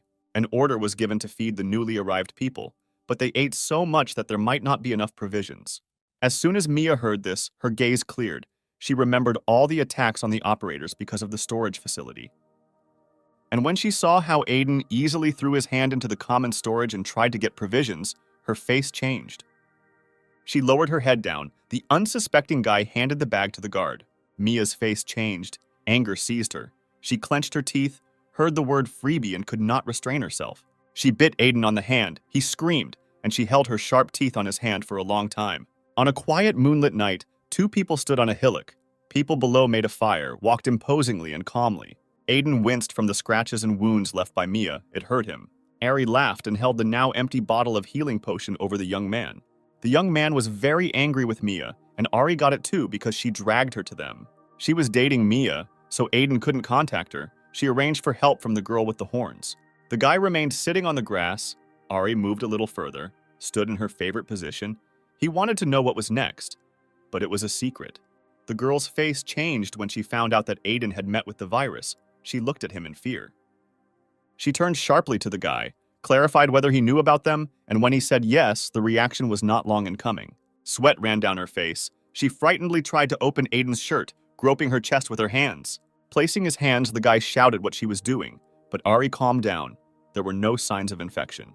Shouting at the girl, Aiden grabbed her hands and removed her from his chest. He asked her to calm down. She raised a frightened look at him. In response, she began to shout at him that he should run away if he encountered the virus again, that it was very dangerous for him. The virus is very dangerous. The worm stands at the head of all purple creatures. Grinning, great power is hidden in it. Ari pulled back. She didn't believe what she heard. How could he remove the virus? She looked at him with her mouth open. She moved away from Aiden. She was curious how he coped, but they helped him, and the help was good. Ari stared ahead. Removing the virus is not an easy task. If there was no help, then there would be a different end. Standing in front of each other, eye to eye, one question was asked. Non-player characters were removed due to the virus. People died because of the virus. If you don't react immediately, the system dies. The virus spreads too quickly. Having firmly decided to become a moderator, Aiden was confident in his choice. He was ready to take risks for the sake of the people. Opening her mouth slightly, Ari exhaled barely audibly. Their looks were similar. Aiden has a thumbs up. She will tell him something since he agrees to become a moderator. It is very difficult for one person to manage such a large source of information. He needs proven operators. Ari joined the young man. She took him by the face, smiled, and asked him to choose her as an assistant. A large table, columns, there were chairs around the table. There is a conversation going on. People sitting there and solving questions. An urgent meeting of operators had been announced. So now everyone sat at the table and listened to the reason for the meeting. Mia gathered everyone. Someone was sitting next to her. He put his feet in boots on the table. The girl didn't like it. The guy with green hair smiled and turned to the girl. He wanted to quickly finish with all this. The girl sitting next to her was also bored. Mia got angry. She flushed. Her eyes became empty. She intimidated Dyke, a guy with green hair. She sat at the table at the head.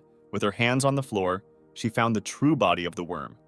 And this is very important information for everyone.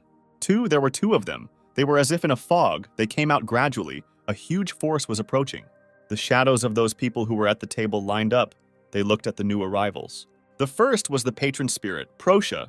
She was a girl with white hair, yellow eyes, and a beautiful white dress. She gave way to the great moderator. He was in a black suit, with his face covered with a mask, his head tilted down. The moderator came personally. Everyone was whispering, standing below and waiting for what would happen next. Mia was amazed. The question of the moderator's arrival also tormented her, but she thought that perhaps he had read her report. At this time, two people stood in a clearing under a tree.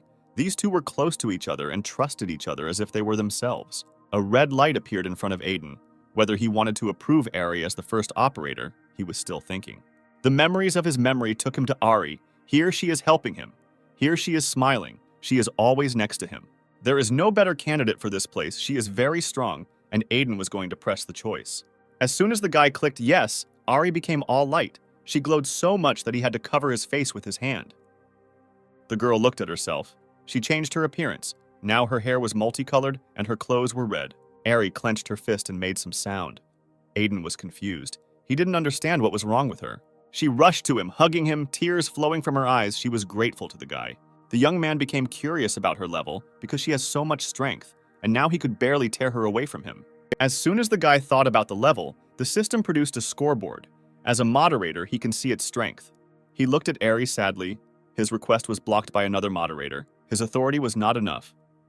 Aiden looked at the girl. He was interested in what she was doing. If the level was being hidden like that, she was wiping away tears of happiness. People slowly restored the village, erected walls of houses, and removed garbage. Some men approached the guy. They want to go for resources. Due to the fact that there are more magical creatures, hunting has become problematic. Perhaps it's because of the dungeon nearby. You need to go explore. It will be difficult for him alone, so he takes a magician with him. This magician was Sarah. But Aiden started talking about what he could easily take from the vault and was about to put his hand in there. But he remembered Mia and her bite on the arm, so the vault slammed shut and the guy clenched his fist. Ari quietly approached him, having learned that they wanted to go to the dungeon, but Aiden clarified that it was not him, but them. The girl pounced on him, his shoulders under her fingers. She sent the young man to the dungeon. People were heading into the cave. The gate was bright red. There was no way to get lost. Aiden walked forward decisively. He had already been in the dungeon once and fought with magical creatures. Repeating it should not be more difficult. But Ari slowed him down. The guy looked back at her. He didn't understand anything about the caves in her opinion. There are several types of magical creatures, and no one knows which one will be this time. Pointing her finger at Aiden, the girl forbade the use of the moderator's abilities. She talked and said, "In the future, he will have to visit caves more than once, so he must realize and feel it himself." After finishing her speech, Ari turned again. All three of them looked at her. They are no longer non-player characters, so they need to level up. Standing back to back, the characters fought with monsters, some repelling attacks with magic, others with a sword and bow. Aiden shouted and gave the order to leave. The rest of his team obeyed. Tired, they leaned on the wall of the cave, resting a little. Sarah sat down on the stone floor. They were weakened. Ari gave good advice, if not for her, because they were already falling into a trap. Sharp stakes were sticking out from below. There was also an ambush, where they huddled in a circle and fought monsters, using all their strength and skills. And not susceptible to magical attacks, everything was useless. There were such creatures. Ari's appearance caused great delight, especially since she brought some monsters. But smiling, the girl with one blow made the monsters crumble. Only their mouths managed to open, but did not utter a sound. The trio stood with their mouths open and looked at the girl's ability to exterminate monsters. Looking at the levels of these three, she was glad that their levels were getting higher. Aiden looked at Jack. He was glad that now he could feel his strength. It flowed through his body. They have now begun to understand players who are chasing a higher level. The young man closed his eyes, raised his hand to his mouth. He became embarrassed. Ari praised him so much. They approached a door that was different from the other doors. A skull with horns stuck out from above. They all felt uneasy. They felt the energy, strong, heavy. They doubted their abilities. Ari pushed. She pointed to the door. If she wanted to go there, she found it funny, but the hero didn't. He barely made it here anyway. A sudden question from Jack made him wonder what would happen if they died, since they were no longer non-player characters. Ari reassured them all, saying that they would have a firewall. It would provide protection to people. A firewall is a shield with which the system protects characters, an obstacle to external attacks. Ari took a pose, hands on her chest. She stopped talking and demanded that they all go forward, just to check the defense. There is nowhere to retreat. In Aiden's eyes, there is confidence. They need to become stronger. The village was being built. People began to feel at ease and calm. But suddenly something fell, destroying the newly built building, and the peace of people came to an end. But it turned out to be Aiden and his people. Having fallen, they began to rub their bruised places. Rising up, they themselves did not understand what had happened, but they remained alive, and that was pleasing. At first, everything went according to plan. They met a magical creature that towered over them. Attack after attack came, but then they all died from the macro attack that was inflicted by this creature. Ari ran up, she told them, as she ran that it was the boss. They didn't understand who it was and what to do. The boss is the main creature, which is quite difficult to defeat. Aiden listened very carefully. He needs to find a weak point, otherwise he will die and die. Gritting his teeth, holding back the attack with his shield, the young man wanted to know what the score was for them already here. They stood again in front of the creature, pointed their weapons, and thought about what they should do, how to win. When it swung its next attack at them, the heroes decided to attack with everything they could and rushed forward. But neither the arrows, nor the sword, nor the magic, nothing worked. The boss remained almost untouched. But Aiden noticed something he hadn't noticed before. This is it, he thought. He attacked this object. The creature rose up, expecting an attack, and the guy attacked with his sword. And he succeeded. The monster screamed, squealed, opened its mouth, and began to glow with a bright light. Aiden gave the chance to attack the magical creature. The two stood and watched, but heard the order. They moved towards the creature. The young man exhaled. They were able to clear the dungeon shaft. They were victorious. The trio rejoiced, hugged each other, thanked each other too. They won. They saw the reward begin to appear. The chest fell down and now sparkled, waiting to be opened. Having opened the chest, they were delighted. There was gold and stones there. The men opened their mouths, and Sarah cupped her cheeks. Aiden was content, scratched but still content. He could no longer rely on the vault. Looking at his people, the guy thought that now they would be able to feed themselves. Ari begged the young man to go somewhere with her. Her open face, how could such a creature be refused? Aiden and Ari walked along a long corridor past the columns. The girl walked ahead. The guy did not lag behind her. Lost in his thoughts, the guy did not hear the girl's call and woke up when he was standing in front of the sparkling door. She was absent last time because of the dungeon keeper, and then the young man saw a red bent monster. They do not allow magical creatures to scatter into the outside world. Aiden remembered how he killed one of them, sat near the parts, and exhaled from fatigue. If you remove one of them, then nothing will happen. They will simply replace him with another. Ari raised her hand to her mouth. The girl offered to make the keeper her own, as a moderator. He needs to do this. But, Ari continued, you shouldn't poach too much at once, otherwise the operators will notice. Aiden needs to try. He reached out his hand to the keeper and wanted to touch him.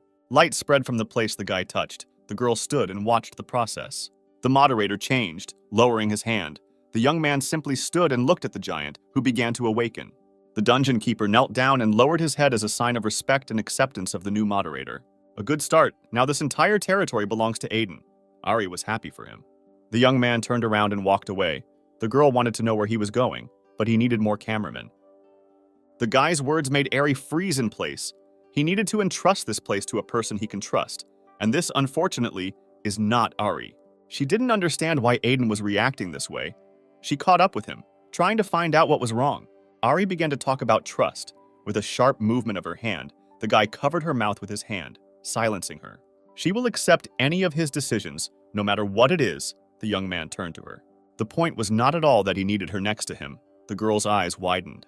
He needs to expand his moderating powers. Aiden was serious. He remembered the star of Sirius. Ari laughed when she heard that she was named the first operator, without even looking at whether she had secrets. Jumping, they began to leave the cave. She will make him a true moderator. The young man was sitting on a chair. He leaned his hand on the table, waving his arms. Two people stood in front of him. They were afraid that they would not be able to cope with such responsibility. Jack and Sarah screamed at the same time. They were dumbfounded by Aiden's offer to become his cameraman. But everything was for a reason.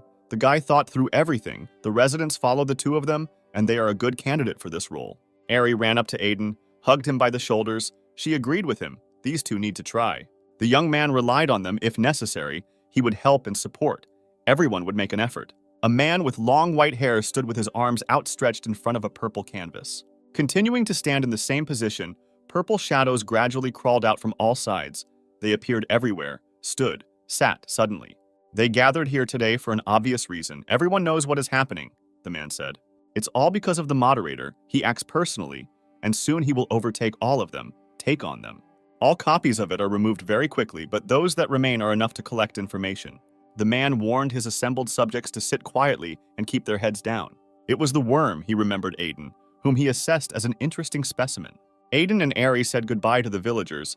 They left, but entrusted the people into the hands of Jack and Sarah. Ari taught them well. They kept up with the pace. Sarah read educational books under supervision. Jack also completed the training. The girl pursed her lips and he got it. But now the village will be in good hands. Plus, she developed a project. Now the village will be hidden from view and will be difficult to find. The preparations were completed. The guy thanked the operator. This is exactly what he wanted. The board lit up yellow. The training was completed. Now Aiden is a moderator. Everything is for real. The young man headed into the open portal. Now he felt different. He needed to change this system. Again, they walked along the road. Again, there were mills in the distance. The two of them walked along the road and thought where they should start. But suddenly, Aiden received a voice message. Ari was very surprised by this and screamed. The guy started listening. The girl got angry. She could barely restrain herself from commenting. It was Kevin. He was wondering if Aiden could talk and if he was distracting him. He suggested that the guy help the newcomers. They were just about to provide assistance. Aiden thought about it, took his chin with 2 fingers. This would not be a bad chance, especially since the reward would be good.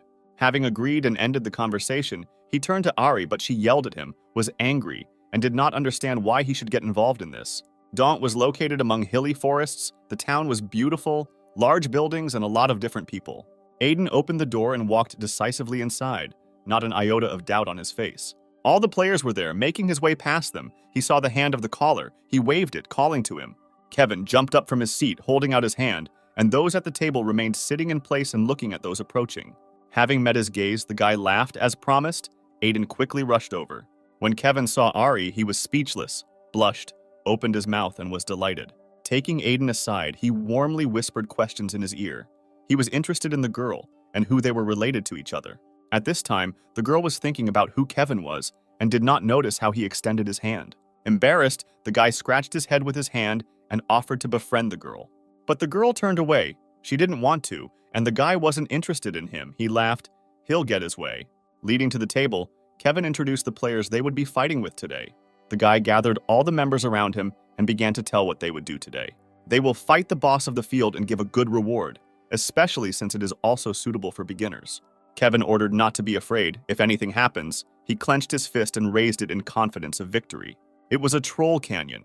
The required level was 49 for its passage. A crowd had gathered at the entrance. Aiden sat on a rock and listened to what Kevin was telling the others, who said that they shouldn't count on help. Some shadows approached them, saying that this giant was theirs, the guy swore. It was another team. They were interested in who they were. There were several of them. A skirmish began. They were figuring out who would fight the giant. The head of the team interrupted the newcomers. Grabbing the newcomer by the throat, the head growled at him and swore. It was unpleasant and scary for the new participant. The rest of the team began to push the newcomers, ordering them to get out of here. When they hit Aiden, when they touched him, his face changed, his gaze became scary, and then he struck the guy's ear with his fist. Without further ado, he did not expect the blow and tears flowed from his eyes. The two team captains looked back at the scream and froze with their mouths open. Shaking himself off where his boyfriend touched him, Aiden muttered that he shouldn't let his paws loose.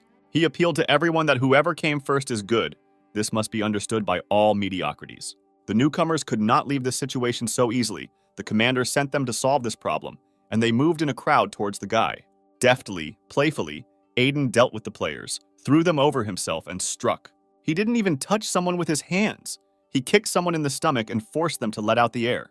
Very good, the captain praised the guy, but he rolled up his sleeves and walked towards him. He had a high level.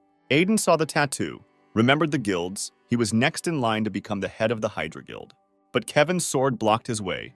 He will no longer stay on the sidelines. But then Aiden put his hand on his shoulder, slowing him down, stopping him. The guy would decide for himself. The young man will decide for himself because he is a show-off and it will be easy to handle, he grinned. A guy with a fist was rushing towards Aiden. The attacker grinned, thought that the guy was blown away and that he could only scratch with his tongue. Aiden waited and waited for him to say another word. The attacker believed that they had already shown their power over this place. The retaliatory strike was not long in coming. Our hero swung and hit the captain with a backhand. The blow was so strong and powerful that his face was slammed back into place. Even the guy was surprised by his strength. Aiden's blow caused such damage that the player had to move to the spawn location, while the rest of the participants watched and did not believe what was happening. Kevin and the hero looked after the fleeing players. They decided not to contact them. The guy was amazed at the young man's abilities. A lot had changed since the last meeting. He thought about Aiden. The newcomers were delighted. They smiled and considered him the best of the best. Compliments poured in non-stop. Kevin turned to the guy, started talking about karma, that now his karma would decrease. But this did not frighten our hero. The captain of the escaped people stood and clenched and unclenched his hand. He was angry and could not calm down. He was overcome by some low-level rat. He was destroying everything around him. He was angry that he was now running around there calmly, and he was humiliated. Ari watched this case from the roof. She was not hiding, but no one saw her. Aiden jumped up and slashed the boss of the fields with his sword, while the newcomers watched him from cover. He killed him. People rejoiced. Their level increased. They rejoiced, and the guy just stood and looked at it all. They wanted to add him as a friend, but the young man's thoughts were far from here, putting his fist under his chin. He believed that he was faster with tactics. Scratched, Aiden turned to Kevin. He heard praise about how well he was doing for a newbie. He didn't give up trying and called him back to his guild. The guys from Hydra wouldn't leave him just like that, and Kevin would be able to protect him. Aiden had a choice to accept or refuse. The advantages were great, but the guy hesitated. But he wanted to consult with Ari but could not find her. She had disappeared somewhere. Somewhere on the mountain there was a guild castle. This place was guarded very well. The head sat on the throne. He listened to the guy who lost to Aiden and was angry that someone touched a member of his guild. The injured guy was allowed to take the guys with him. The order was given to trample the offender into the dirt. Bowing, he understood. There was a fuss, some screams. The door opened, and Ari appeared on the threshold with a young man by the throat. She dragged him with her. The guys turned their heads towards her. The guys were lying near the door. Some were unconscious. Some were clutching their throats. The girl's boot was pointed to the side. She was about to walk. The guys who were talking began to swear. They could not cope with the girl. They were useless idiots. Ari was surrounded by a ring. They were given the order to take her. She looked at everyone, turning around. The man looked at her and grinned. There was no need to come to them alone, even though she was not made with a finger. Two men approached Ari. One stuck out his tongue and held a knife. The second gritted his teeth and also had a weapon. The girl stood in the center, but they all heard a voice that told them not to kill. They needed to find out about her guild.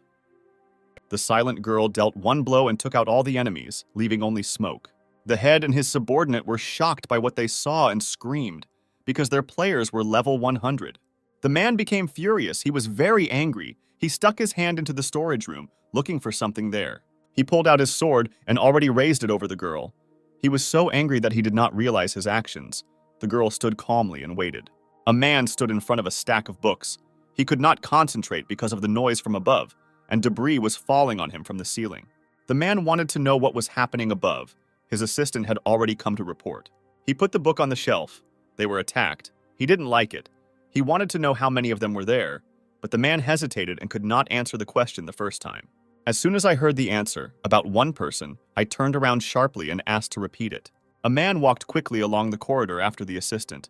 He was walking to see what kind of girl it was. He opened the door, walked in, froze, clenched his hands into fists. What he saw was spectacular. Ari stood without a single mark and held the head by the throat, who was kneeling with his head thrown back. The one who entered grinned. There was a girl alone and they could not defeat her. Stones, dust, all this flew to the sides. The guys covered their faces with their hands so that nothing would get into them. That guy from the library was the person in charge of the guild, Mr. Avend. All the people in the room hoped that now the master would show her a place. Ari also turned and looked at him. But the blow he struck did not hurt her. He looked at her sadly, thinking that she was also a high-level player. The player decided to fight with full strength, warned that if you don't want to leave, then die. Strength was forming in his hands.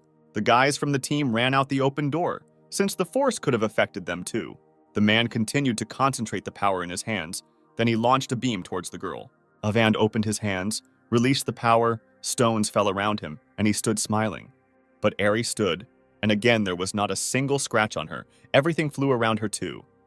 Then he doubled his strength, hit the ground angrily, sending an attack towards the girl, which she could not accept. But Ari survived. She only watched his attempts to attack her. Seeing the whole standing girl, he cried out, how could he not hit? Because he hit with his absolute skill. The guy lowered his head. Ari mocked him. She understood him. He is the strongest here. Before he could blink, the girl's hand covered his mouth. His eyes widened. It was humiliating. Ari spoke, continuing to hold him the same way. She came to them because they allowed themselves too much. She began to warn that if they didn't leave her, she wouldn't leave anything behind. The man opened his mouth and screamed shrilly. The girl dragged him in this position, breaking through the walls, her hair snaked behind her. The once solid good house, now the ball is buried under ruins, and the guild flag is toppled from above. A hand stuck out from under the rubble. She threw stones around her and called for help. A man emerged from under the rubble. He was tired of dying. His level had dropped. This upset him very much because he had tried so hard to improve. Gritting his teeth, blood flowing down his lips, his eyes burning with anger, he will not forgive for his shame. At this time, two men were talking. One was worried about the other and asked him to still consider the proposal to join the guild. Aiden looked at Kevin, smiling. He'll take care of himself. It's not worth worrying about. The man said goodbye to him. It was time for him. Let him take care of himself. He waved his hand, Aiden answered. When everyone said goodbye to each other, Ari called out to the guy. He turned and stared at her. The young man wanted to know where she was, but he already knew the answer to his question, because they would sharpen their grudge against him, so she figured it out. The guy turned completely to her. The Hydra Guild was nearby, so Ari looked there. Out of the corner of his ear, Aiden caught the two guys talking about the guild. He heard that it was under ruins. Ari laughed. Now they won't care about you, don't worry about some kind of Hydra. Closing his eyes, he exhaled and smiled. This is in the girl's style. He was pleased with her care. Aiden stuck his hand into the storage room and tried to find something there. The wait wasn't too long. He handed her something in his fist. Ari looked attentively. He wanted to give it to her even earlier, but it didn't work out. This was Aiden's first time making something with his own hands, so the product was not ready yet. There was a pendant lying on his open palm. Ari was surprised. She accepted the gift, but did not put it away yet. And the guy said that there was a location function. The girl looked at him with all her eyes. He asked her not to disappear again without warning. She pressed the pendant to her chest. Ari thanked the guy. She would wear it carefully and keep it. She was pleased. She closed her eyes. The operators came out of the open door. They exhaled. The meeting was finally over. Mia was slowed down by one of them. She was in a hurry, but still turned to him, waiting for what he would tell her. She heard that he had found the worm's body. She immediately sank, but she could not defeat him, especially difficult for one operator. Mia turned away from him and got ready to leave.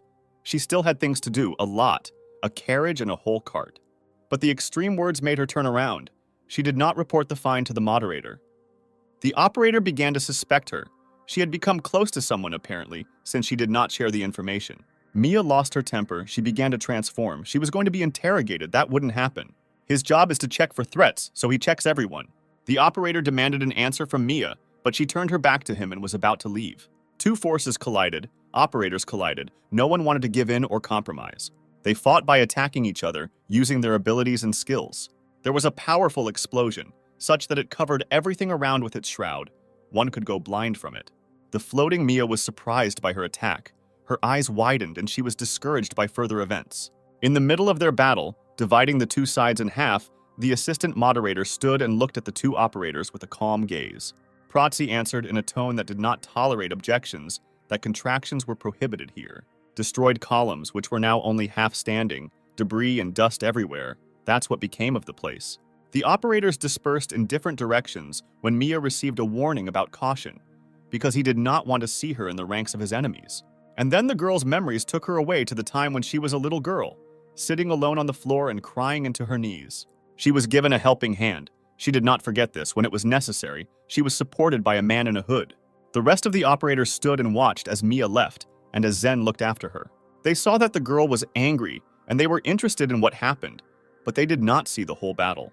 The operators began to have doubts about Mia's loyalty, because Zen would not have started a fight so easily. At this time, two people were sitting in the city and having a conversation. Ari was interested in why Aiden refused to join the guild. They sat at the table and drank a drink. The guy does not regret that he refused. Smiling, Ari thought that being in a guild was good, but the young man thought that she would be against it. But the guild is also part of this world. Moreover, the girl continued, she knows the head of Griffin. He is a good person. Aiden took on a thoughtful look. Ari agreed that if he wants, she will contact the head of the guild. But the young man proposed a simply crazy idea to create his own guild. The girl opened her mouth. Sarah made changes in the village of Arch. She did everything as the master told her. After talking with her at the hospital, warning her not to worry about the materials, I ended the call. Jack approached the girl, wanted to know what it was. The men from their village also showed curiosity. Sarah pushed the man in the back, urging him to complete the task from Aiden. The guy turned to Ari. Something else is needed to open a guild. It turned out that the hall is the bare minimum that is needed. They will wait for the completion of construction. Now they have free time, and slowly they walk down the street. The fire was burning. It was getting brighter and brighter. The call tower was waiting in the wings. Aiden walked towards this tower. He looked at it. This tower is visited more often than other places by players. There are monsters on each floor. You need to defeat one to move to the next level. It's enough for them to have fun and gain experience, while the rest are looking for treasures. Fun is good, but he will do everything conscientiously since he was going to be a moderator, but Ari called him out. Turning to the girl, he heard that the level is not important here. What is important is the ability to combine abilities. They approached the players. Ari wanted to see what class abilities Aiden uses before going to the tower.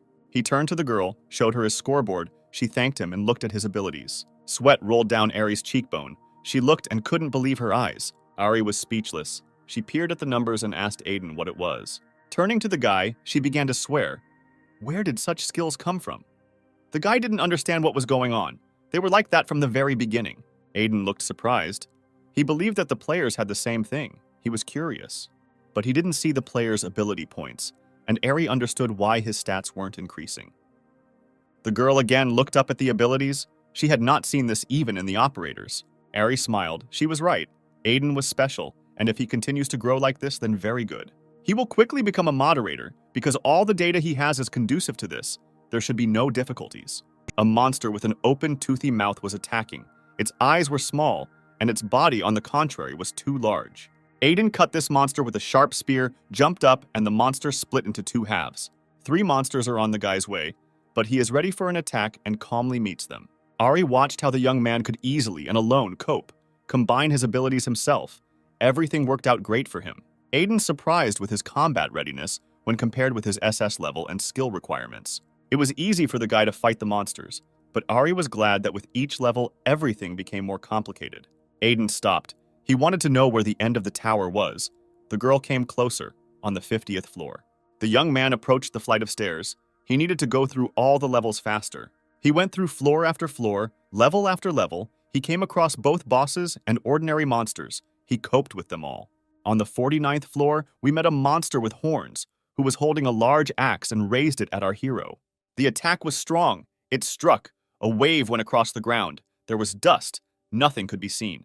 The monster was strong, and if it hit Aiden, it would be bad for him. He was agile and struck well. He looked down at his hands. The guy used magic, acceleration, and physical effort. Aiden was ready to meet the enemy, although it was his first time using such abilities, but he believed in himself. In a jump, he delivered his blow. The magical creature stood and accepted this punishment. The blow was of enormous force. His hand was covered with a golden color, and from the blow, the monster flew several flights down. The guy stopped, the floor was cleared, the level increased. For him, it was simple. Aiden stood and looked at the top floor. Only he remained. The fire was flaring up there. He stood up. A portal opened in front of him, wide and black. The guy looked inside. A terrible, huge muzzle stuck out of the hole, with a sharp nose with an elongated nose. This guy was the final boss. He was huge, red, with big hands, and with a staff. So he screamed, grabbed the staff with both paws, and red light poured out of it. Having separated them from the outside world, the two of them are left trapped against each other, and the battle begins. Because of this barrier, Aiden's levels were reduced by half, and he stared at it in disbelief. The hero realized that it would be difficult for the players to fight such a monster, because he was several times taller than the young man, and his strength did not diminish. Aiden is a bad opponent for him. He turned on the ability to resist the anomalous state. Even the monster's best skill didn't work on the guy. He stuck his hand into the vault. Sticking a huge sword out of storage, the guy decides to finish this all quickly. Letting out a roar, the creature rushed at Aiden, and the battle began. The red monster struck with his staff. The guy parried the blow with his sword. The sword and spear crossed, striking. There was a ringing sound. There was a smell of smoke. There was smoke all around. A huge stone was thrown by the creature, and it flew towards Aiden. Getting closer, he could not dodge it. But he managed to concentrate his power. His fingers sparkled on his palm, and blue balls appeared around him. He sent his power to the monster. A guy stood. He had a sword in one hand, and with the other, he controlled his abilities. The young man ran, trying to throw his sword at the monster. Strength was burning on his sides. He rushed decisively without stopping. He waved, cutting the final boss in half with his sword. The young man remained in a bent position. Without unbending, he watched what would happen next. The toothy muzzle cried out. Empty eye sockets stared somewhere upward, and the magical creature began to disintegrate into pieces. A glow suddenly appeared on the floor. The flash went somewhere higher. Aiden could be congratulated. He stood in his hands with a sword, exhaled air, reaching his personal record. The floor was cleared. This content was better than the guy expected. Now there was nothing for him to do here. He looked around in search of a way out, but there was none. There was only a portal that had appeared from somewhere. While the guy was in his thoughts, Ari came up. She congratulated him and did not expect him to immediately reach the top. Unable to complete all the levels on the first try, she was pleasantly surprised by his ability. Aiden pointed his finger at the growing portal, asked the girl what it was. She came closer. She was also surprised. She didn't know where he was leading. Her mouth opened, but she couldn't say anything. But unexpectedly, the girl said that she didn't see anything. It was strange, because the guy was definitely looking at the spreading black window. Touching the portal with his finger, the finger began to crumble. It was surprising why only the guy could see it. Not only the finger began to crumble, but the whole guy was carried into the portal. Ari was scared. She didn't know what it was. The girl shouted at him to leave, but the young man could no longer do it. He was sucked into the portal, and he could not get out. Opening her mouth and holding out her hand, Ari ran to the disappearing Aiden, but it was too late. The girl could not help. The guy's figure flew down in pitch darkness. He fell down and could not understand the reasons why this happened. He flew somewhere towards buildings in which there were monsters and players, as if he was watching the battles from the sidelines. Finally, his fall was stopped, so he stood in front of some building in the form of blocks. Looking around, Aiden tried to understand what kind of place this was, but nothing came to his mind.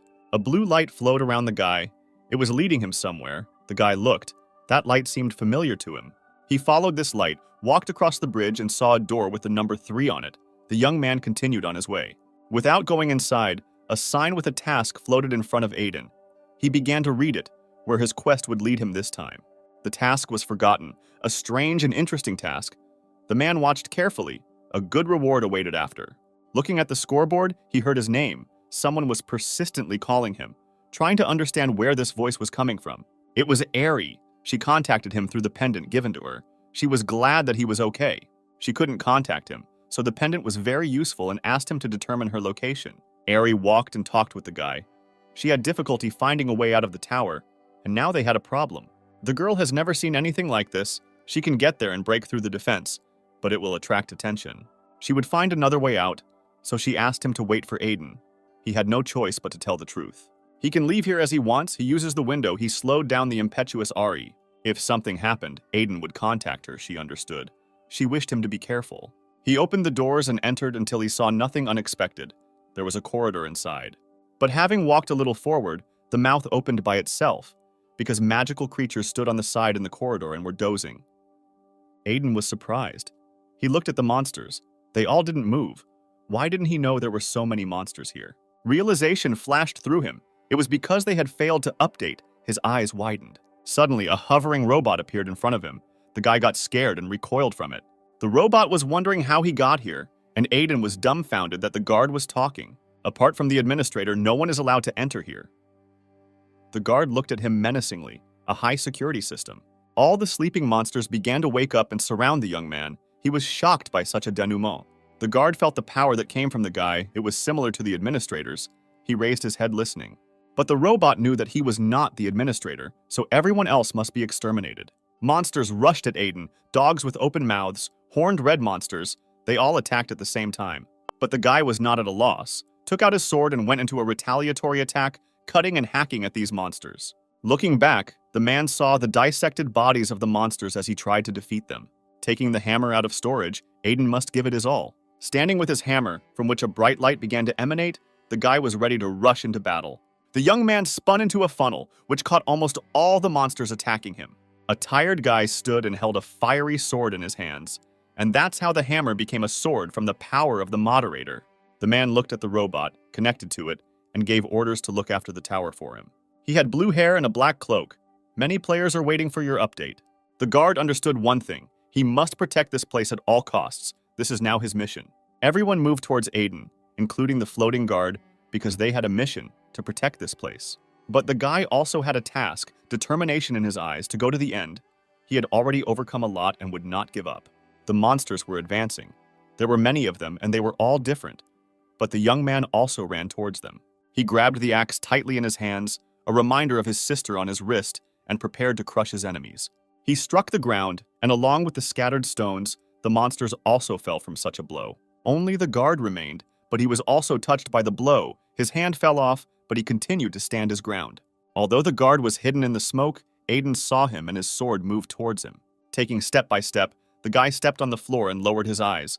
This time, stepping, he saw that the floor began to diverge under his foot. A huge worm crawled out from under the floorboards. Another monster, long and scary. Despite his size, despite his strength, Aiden rushed towards him from above with a sword. And he took off his head, chopped it, separating the head from the body. The monster howled, but it was all too late. The creature crashed to the floor. A wave of dust erupted from it. The young man managed to run away. He looked at his sword. He was tired just from waving it. A drop of sweat ran down his cheek. Now there was only one guard and a warrior left. He decided to finish it all quickly. But the guard was not so simple. He looked at Aiden's abilities and saw that he couldn't handle this sword, so he had to come up with something. He began to build blocks, blocking the path of the hero and himself. But despite the obstacle, the guy moved forward. Aiden struck. The explosion was strong, the hero was burning in a red spot, and the guard was not visible. A sword pierced through the barrier. The sword was aimed at the defender of the tower. Aiden flew with a blow. The blow was delivered, only half of the side remained. It went out slowly. With a burning, punitive sword, the guy flew through it without turning around, knowing that he was able to achieve his goal. I came up to see the warrior's defeat. He fell. Everything was in smoke. The robot was created for the system. It hovered, calculating its abilities, and flew past monsters. He is moving for the sake of the system, and now it will finally happen. The update will be done. When the robot opened its eyes, a girl and a guy appeared in front of it. The girl smiled joyfully, turning to the boy. The system guard has consciousness. It's amazing. The guy turned with his mouth open to Ari. This was the first time she had seen something like this, the girl continued, and the robot stared at his hand, his open palm. The defender was already looking at 2 palms. His eyes wide, he had now acquired a human form. Aiden looked at the defeated man and was surprised that there was someone like that among the guards. In the body cut in half, something sparkled and shone red. Curious about what it was, the guy crouched down and tried to get it. Stretching out his hand, he saw the ball. In his hand, he held a ball. This ball glowed and sparkled red.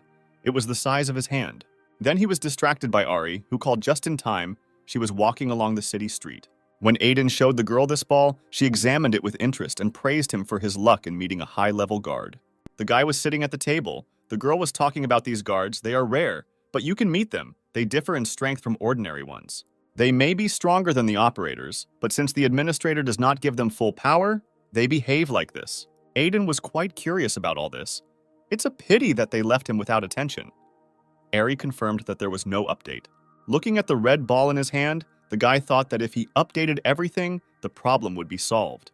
The body was gone. It was necessary to connect itself. It had so many questions, but no answers. A new entity was discovered in the system. Red threads pierced the former guardian. The update started working. The body was being created. Aiden looked at what was happening before his eyes. The guy looked at the scoreboard. He was a simple non-player character, and now an administrator. It was strange. We need to choose a name for the former guard, Aiden thought, and decided to call him Theodore. Theodore looked at his hands. His eyes were widened. He did not understand how this could be. The update had passed. He looked at Aiden, and there was a question in his eyes, but all he said out loud was that he had been updated. The young man looked straight at his creation. A smile even tried to appear on his face. Theodore knelt down and lowered his head in front of Aiden, who was surprised, but he heard the guy thank him. Leaning lower, barely exhaling, this was his greatest desire, closing his eyes. From this very moment, no matter what happens, he will follow him. The administrator came from Theodore. In the place where daisies grow, a portal opened in the middle of this expanse. It cut the space with a black hole.